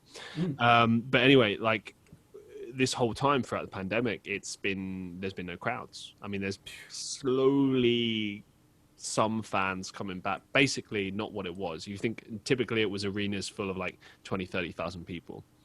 And, you know, if they loved a guy, you would hear it. If there was apathy, oh my fuck, would you hear that? If there was not liking a guy, you know, you're going to hear that. So not having that at all is bizarre. It's like stand-up comedy without a crowd. It's like, it doesn't work. It feels strange. It's nothing to push off of. And I'm reminded of Roman Reigns when they were trying to push him as sort of like a baby face. The 8-minute clip of people just booing him as he's holding the mic, looking so dejected, waiting for his turn to speak. That was brilliant. No, because the thing with that, though, I think he did that really well, because he'd just beaten I think it was when he beat The Undertaker after WrestleMania, right? So he comes out and everyone's booing the fuck out of him on Raw, and he doesn't say anything. In credit to him, every time he tries to speak, they just boo him more. Which I was like, that's just the Raw after WrestleMania crowd. They're assholes. But it's great. Great TV. And then he just goes, "It's my yard now." And everyone's like, boo. I love it. It's great. I mean, that's when they should have made him a bad guy. They've made a bad guy now, and it's brilliant. But that's when they should have been like, yeah, let's make him really, because they, you know, it's like anytime you go against what your crowd wants, they're just going to give you hell. You know, I mean, like in comedy, that would be the equivalent of hecklers, wouldn't it? Like if you go against what they, like, let's say you're trying to push a joke and no one likes it, they're going to give you hell for it. I remember going to a show one time, comedy show, and this guy, and he was a Scottish guy, so you'd think, easy, Scottish guy, comedy. I mean, it's missionary work, right? But like, he just absolutely bombed. And look, everyone bombs sometimes. Shit happens, right? But he kept trying to push this like Hitler joke, right? And it just wasn't working. And normally Hitler jokes, Nazi jokes in the UK, it's, you know, it's easy. It's like classic humor, right? But he just wasn't getting it. It's not funny. The way you're doing it is not funny. No one likes it, blah, blah, blah. So then he just like starts picking on a guy in the audience. And we're a crowd of like, I don't know, like work people that work together. Yeah. So we all know each other. So he picks this guy and he's just like, "Oh, you bald prick. Like, oh, I can see you laughing at me, blah, blah, blah." And the guy, his name was James, who was a manager in my company. He just goes to the comedian. He goes, "You're not funny. And no one thinks you're funny." And then we're all just laughing and clapping him. The comedian's like, he says something like, "You're the worst crowd I've ever performed for, and fuck you, I'm leaving, blah, blah, blah." And we just booed him off stage. He just walked off. You're the worst comedian who's ever performed for us. Wow. Do you know what? He gave us more hell than we gave him. Like he called us all "See you next Tuesday." And he's got the microphone. He's gonna go nuts with it for sure. But like you can accept defeat graciously. Like I've seen people bomb and just been really good about it and just leave, and then that's it. And they even get a clap afterwards. He did not get a clap. He just got booed, and we all just laughed it off. So that was cringe to watch. I don't think I've had any good heckles, but one happened to my friend Dan, where he started off his bit, and he just kind of like said something just to throw it out there. Like it wasn't a joke, it wasn't a setup, it wasn't like a riff on the previous person. He was just like, "Wow, everybody having a good time?" And then somebody from the front row goes, "Ooh, rough start." And like, that's the best heckle I've ever heard. It's just no. It would have been worse. Sometimes. Would have been worse if he'd been like, you know, "I was until you showed up." Yeah, you Oh. never want the person who is answering honestly, like, well, it's been really rough since she took the kids, and Yeah, I get what you mean. Well, speaking of comedy, I mean, you've done stand-up comedy before. mm, Um, what you got to tell me some bombing stories, man. Come on. God, see, my problem was I haven't done stand up since I've started doing acting because Okay. started acting in January of this year, sort of stopped doing stand up around the same time because Oh, of okay. schedule conflicts and also the virus picking up. I didn't want to be going to Hmm. these small sort of open mics. They're starting to open up back now, so I've Yeah. been debating with myself about whether or not I Do still it, err on the do side. it, do it. Safely, But safely, safely. yeah, yeah, I'll join in via Zoom and they'll put a tablet on a Segway and I'll address people from that. But I remember, I think it was the first time I went to an open mic that was mostly comedians. Because before that, I was going to open mics where it's like mostly people, sort of mixed mics where they're doing singing, and usually it was Ah, just me yeah, and my yeah, yeah. friends who were coming to tell jokes. And the crowds there are super nice. They love everybody. And then I go to this mic that's mostly comedians, and I'm doing the same material. But because I hadn't had much performance practice, I was doing it a little differently every time. So I wasn't, if something worked, it might not always appear in that 5 minutes, depending on how it was going. And other comedians are so used to jokes and so used to hearing jokes, they don't react like a crowd. If they like your joke, they'll maybe snap 2 or 3 times and be like, "Oh, that's a good one." But you're getting no laughter, and that scared the shit out of me. So I just have this video of me on Google Drive somewhere that I hate to watch, and it's just me being like, so yeah, my dad, he was a Satanist, but he was like a bad Satanist. He only went to Black Mass on like anti-Christmas Eve and 3 days before Easter.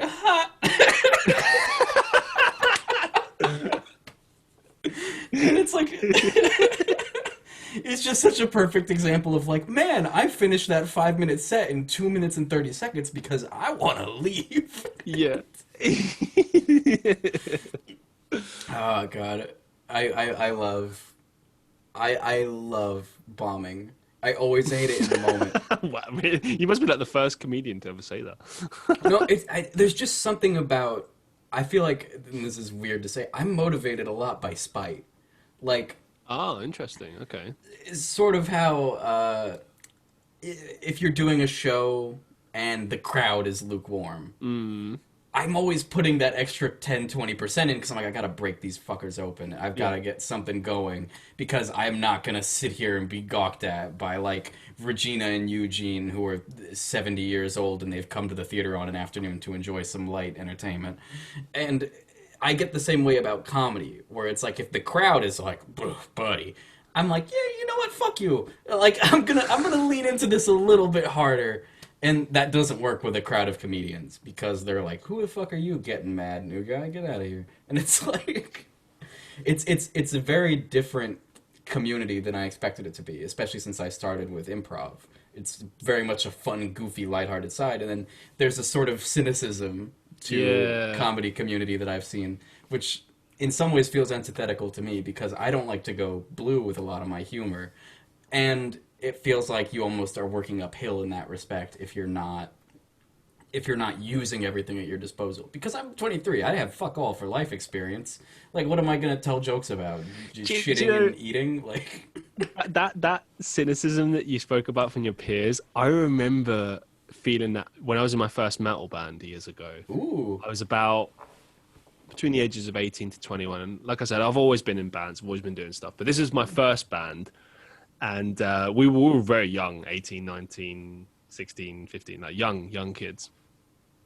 And we're playing all sorts of shows around London, right? And I remember there was this one show that we played where I can't remember the other band, but I remember specifically that the middle band that was either after us or before us, something like that, were a punk band in their like 40s, 50s. So it's like a band that's got back, the band's got back together, right? And there's nothing wrong with that. I'm not shitting on that. I love punk music. love old punks, yeah. Yeah, fine, right? But their attitude made it cringe. So like in the like you said about networking with with comedians in the entertainment industry trying to make it, right? Obviously very important in the music industry as well. And I was always kind of one of the leaders of the band, always trying to meet people, make connections, blah, blah, blah. And also just get to know people, you know what I mean? Like, if you see people that have been playing for a while, you want to know their stories, you want to learn from them, absorb from them. So I tried to speak to them. And I remember in particular, the singer, bald guy, was just like, he took himself so fucking seriously. And it was so painful. Like, he wouldn't give me the time of day. And then he went on stage and they played, and we all just stood there looking at them after they'd been rude to us. And we were watching them like, Jesus, this is like watching your dad play, but like, he's just shit.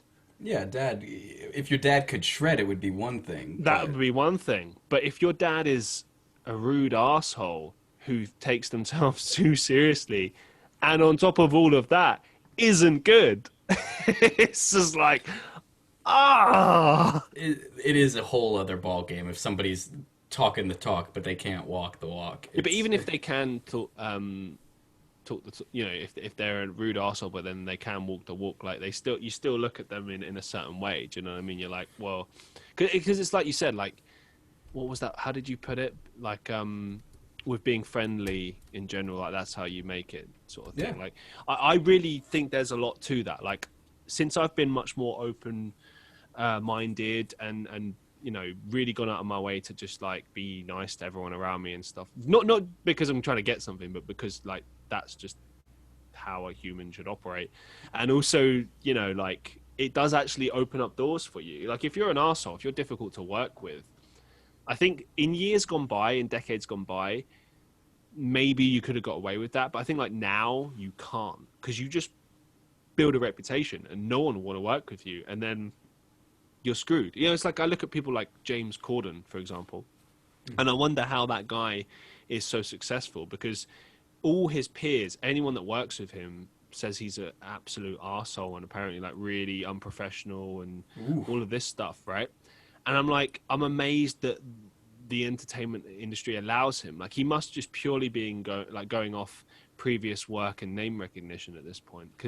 But I feel like eventually that's going to catch up with you, even if you are being successful in one moment. Like, we know that that expression that fame only lasts like 15 minutes, right? And obviously I feel like right now, yeah, he's on top of the world, but maybe in 5-10 years no one will even know who he is. You know what I mean? It can be as brutal as that. And I just wonder about that sometimes. Like, yeah, how can you go around being like that? I think it goes back to, you want to be famous for the right reasons. You want to be known as somebody who's good to work with, who's always on time for your calls, and who's always like extending that hand. There's a Southernism that I'm kind of fond of that maybe you've not been exposed to, but it goes something like, you should always be nice to someone first, because you can be mean to somebody later, but if you're mean to somebody first, you can't be nice to them later. Yeah, you're right. 100%, you're right. Yeah, because I mean, like, some people are more forgiving, but a lot of people are just like, no, fuck you. Like, I know, like, for me, if someone is rude to me, I rarely ever give them the time of the day. Like, I will accept, hey, we all have a bad day, but you know what? I have bad days, and I'm never rude to people on a bad day. I just go, okay, maybe I'm not in the greatest mood right now. And I'll often tell that person, I'm like, hey, maybe I'm not in a talking mood right now. And they kind of know, like, okay, maybe the guy's going through some shit. Right? Yeah, I've not eaten yet. Please give me a moment. That's a thing. I get that. Yeah. I need to, if I don't eat, it's like, it's like Incredible Hulk or some shit. Yeah, it's a terror. Yeah. Oh man. But you got to be professional with these things. You got to be nice to people. I mean, it sounds such like a stupid thing to say, like, oh, you got to be nice to people, but you do. Like, and you shouldn't have to be told to be nice to people. Like, I feel like it makes life easier. Like, I feel like if you're an arsehole, it just makes your life harder. And I don't understand how people who act that way can't see that. Like, surely they come to a crossroads where they're like, do you know what? I don't like people, but maybe I need to be nice to get stuff. I think there's like an interesting crossroads between being friendly and being professional. I think that people think about being professional a lot as being robotic, or like you have to be sort of clinical about your business dealings. But the most success that I found is when I'm just genuinely myself, and I approach people. I've written applications for podcasts, and I fill out the boxes like I'm talking to that person. I write dialogically instead of just da da da da da da da da da, and that gets a response from people. Yeah. People want to work with personalities, and they want to work with, I don't want to say a complete human being, but like somebody who's more than just business. Yeah. The way I see it is people come to me, they say, "Oh, do you know anybody who can do this?" And the answer is usually yes, because I've been able to surround myself with a lot of talented people, and those relationships that you cultivate and being able to make those connections and widen your web of contacts and the amount of people you have on your bench who can do different things, like that's how you get to the point where you're putting on shows, and how you get to the point where you're creating opportunities for yourself to perform instead of participating in opportunities that somebody else has created. Yeah. I mean, it's like, for me, professionalism is more about the actions of a person. So like, if I'm going to work with someone, you know, are they punctual? You know, in the manner that they speak to me, are they polite? You know, are they being realistic with their expectations? You know, like, I can't count how many times, like, for instance, I was due to appear on someone's podcast. Obviously, I never say names because that I consider to be unprofessional, slating people openly. Like, you can imply things about people, and if they know that that's them, then they take that on board. But I don't agree in just like outright slating people. Not unless, like, I don't know, it's out there already and they've confronted you about it or something like that. But like, ultimately, I just don't think it's professional to really talk badly about other people ever. Like, if anything, talk good about people behind their back into people, but don't talk bad about people. You know what I mean? Like, save the bad stuff to say to that person's face. But yeah, I've had people where they've been kind of difficult. Like, for example, I remember there was one where I was trying to go on this person's show, and they wanted to do like an hour-long talk a couple of days before to like introduce me, get to know me. And I was like, I'm fine with like a 5-10 minute, like, hey, how's it going? This is the format, blah, blah, blah, right? But an hour. And like, I didn't want to kind of come out and say it, but I'm like, I'm a busy guy. I don't have the time to like, to waste doing, you know, an hour of, and what I later learned was it was like they were trying to suss me out and understand, like, can we work with this guy? Or like, I said to one person that I was dealing with, because it was a 2-man thing, like, hey, this is a bit over the top, don't you think? Like, you know, I know how to do podcasts. I've been on many podcasts. I've done my own podcasts. I know how this works. Like, you know what I mean? Like, what is there to explain? Do you know what I mean? Like, you can send me the information if it's, you know, I can read through it if it's that important. You know what I mean? And it just turned out that this person that was talking to me was like, yeah, many people have said this to us. Unfortunately, it's my partner that's like this. And I was like, okay, that's fine, but, you know, like, what do you need to talk to me about for an hour? Do you know what I mean? And then in the end, and this is where the really unprofessional part came, I sort of said, like, okay, well, let's do it.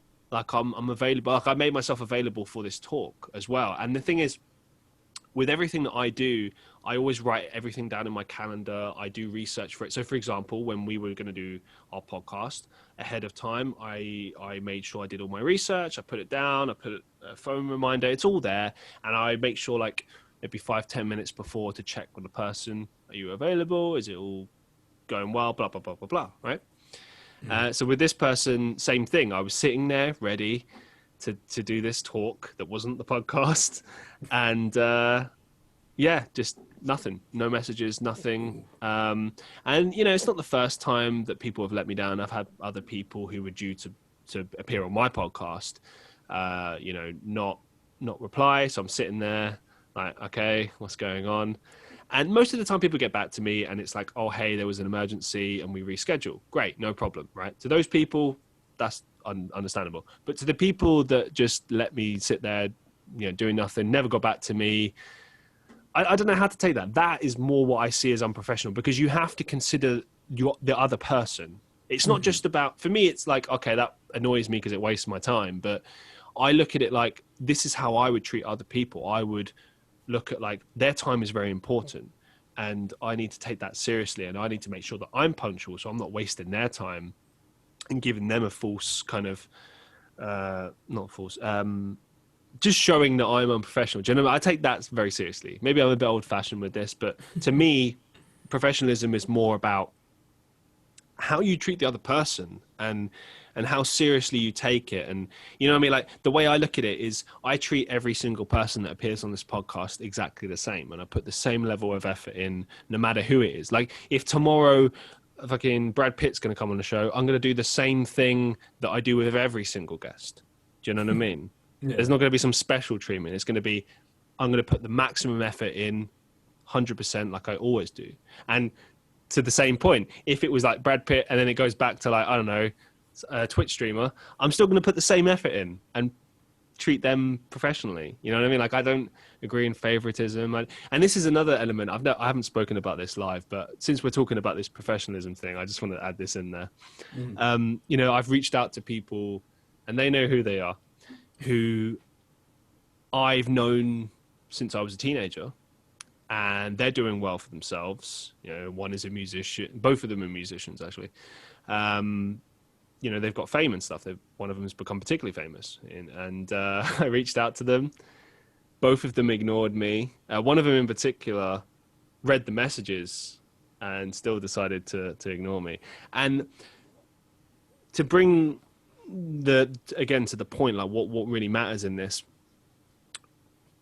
when you're dealing with professionalism, like, it's fine if you say to me, for example, like, hey, just not interested. Hey, I don't have the time. Hey, I'm not sure my management would allow me to do it. Something like that. That I can understand. That's professional. That's respectful. Showing respect. I suppose that's what I'm trying to say, is you should show respect to the people you're dealing with, no matter who they are. So, like, you know, you mentioned you've got friends in the film industry and stuff like that, and you're working in that industry. There's a lot of people behind the scenes that aren't the performers that get treated like shit. And I've seen that with my own eyes working on sets. And it's like, hey, come on. You got to treat everyone with respect. You know what I mean? Like, and it feels weird having to tell people to do that. And it's very uncomfortable when you see someone who's doing well for themselves treating other people like crap.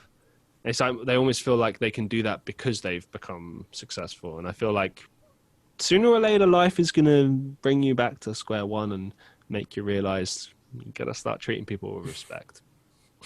See, it's interesting because I've sort of long said that I actually don't believe in karma, and I disagree. Oh, okay. With, just as the perspective of, I don't necessarily believe that putting good in the world brings good back to you, and I don't necessarily believe that putting bad in the world brings bad back to you, because at the end of the day, doing good should be motivated by its own sake, and if you do bad, I certainly wish that it was the case that, like, no bad deed goes unpunished, but I've been in situations where I've had to, like, live with people sort of getting away with terrible things. I'm referencing, I did volunteer work for a convention a long time ago. No. Oh yeah, it was a very small time affair. It's no longer exists, partly due to the events of this story. But basically, I threw myself into volunteering. I discovered that I really love going out to places, advertising, networking, sort of handing out the flyers, coordinating between departments, art and marketing and budget. And our friend who was in charge of the budget saw some posts on somebody's Snapchat that they were spending the convention money on some stuff, and he said, hey, you guys made me in charge of budget, please send me some receipts. And they were like, you've gone mad with power. That was the next message they sent him. So it was me, 17 years old, my then girlfriend, and the friend who was in charge of budget. And we all got banned from volunteering at this public space. And we lost it. We basically started the investigation that led to the person who was in charge of this whole thing being discreetly fired and then shuffled around to Seattle, as it were. And when we discovered that he'd been sent to Seattle and was basically trying to set up the same sort of situation for himself where he would be in charge of a large group of teenagers. We were like, hey, we passed along the police report and we're like, this person has previously allowed underage drinking to happen at their premises. So, Oh, wow. yeah, y'all need to be aware.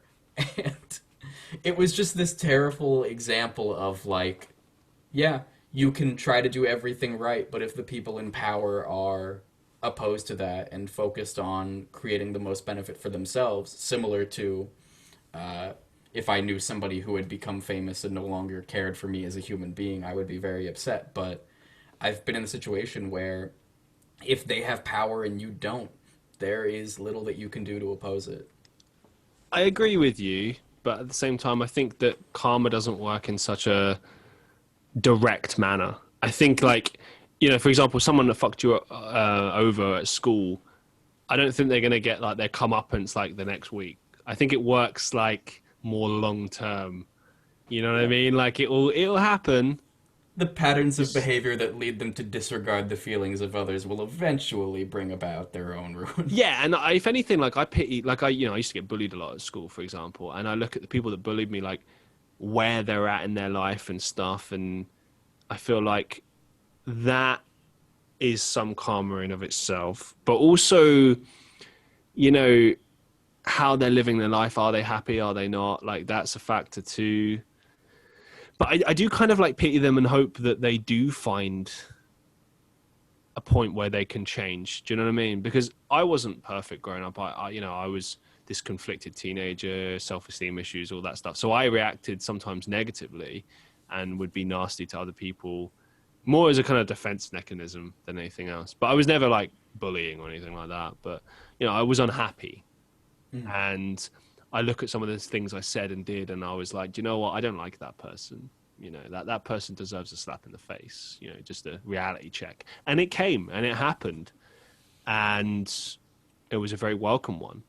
And I've been very, very happy ever since then. And I feel like, that happens for everyone. However, it's whether or not the person takes the reality check and goes, okay, this is a time to change, to evolve, to become something, to be the best that I can be, versus, fuck it, I'll just keep being a piece of shit. And It's everyone else who's wrong. Yeah.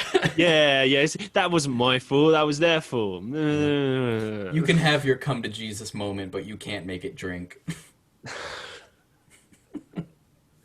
As we draw things to a close for today, do you have any upcoming projects that you'd like our listeners to know about, or your own fans, or maybe some final thoughts that you'd like to share with us?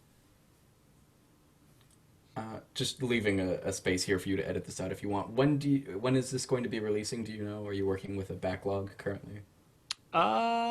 Probably this week. This week, yeah. This is coming out this week. All right, that's perfect. I am currently promoting a show that my improv team, Daytime Delusions, is going to be having on January 2nd. We are going to be live in person on Carrollwood Players Theater's main stage at 8 o'clock.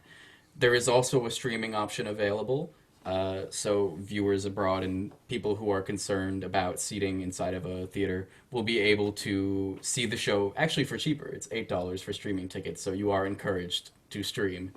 And other than that, you can follow me on Facebook as Jeron Dooling, JeronDooling. I'm on Instagram as Jeron_DOO. And my improv team with my friends that I love very much, Daytime Delusions on Facebook and Instagram. Fantastic. Well, thank you so much for being on the show. It's been a real pleasure chatting with you. I've had a lot of fun here. And I would encourage all of my listeners to please go check him out, go support him and his group, Daytime Delusions. Clearly very talented group. And I think you've got good things coming ahead of you. And, I wish you all the best. Likewise. Thank you for having me. No worries. Thanks for being a part of it. And to everyone watching or listening to... Should we try that again? To everyone listening and watching the Christian Reeve podcast, thank you so much for your support. I really appreciate it. Please be vocal. Please let me know who you would like to see on the show next, what you would like to hear us talk about. Let me know. Let me know what you think, because otherwise I don't know what you think, and I want to know what you think because it's important to me. So thank you for listening, and until next time, peace out, one love. I'll see you in the next one. Ciao.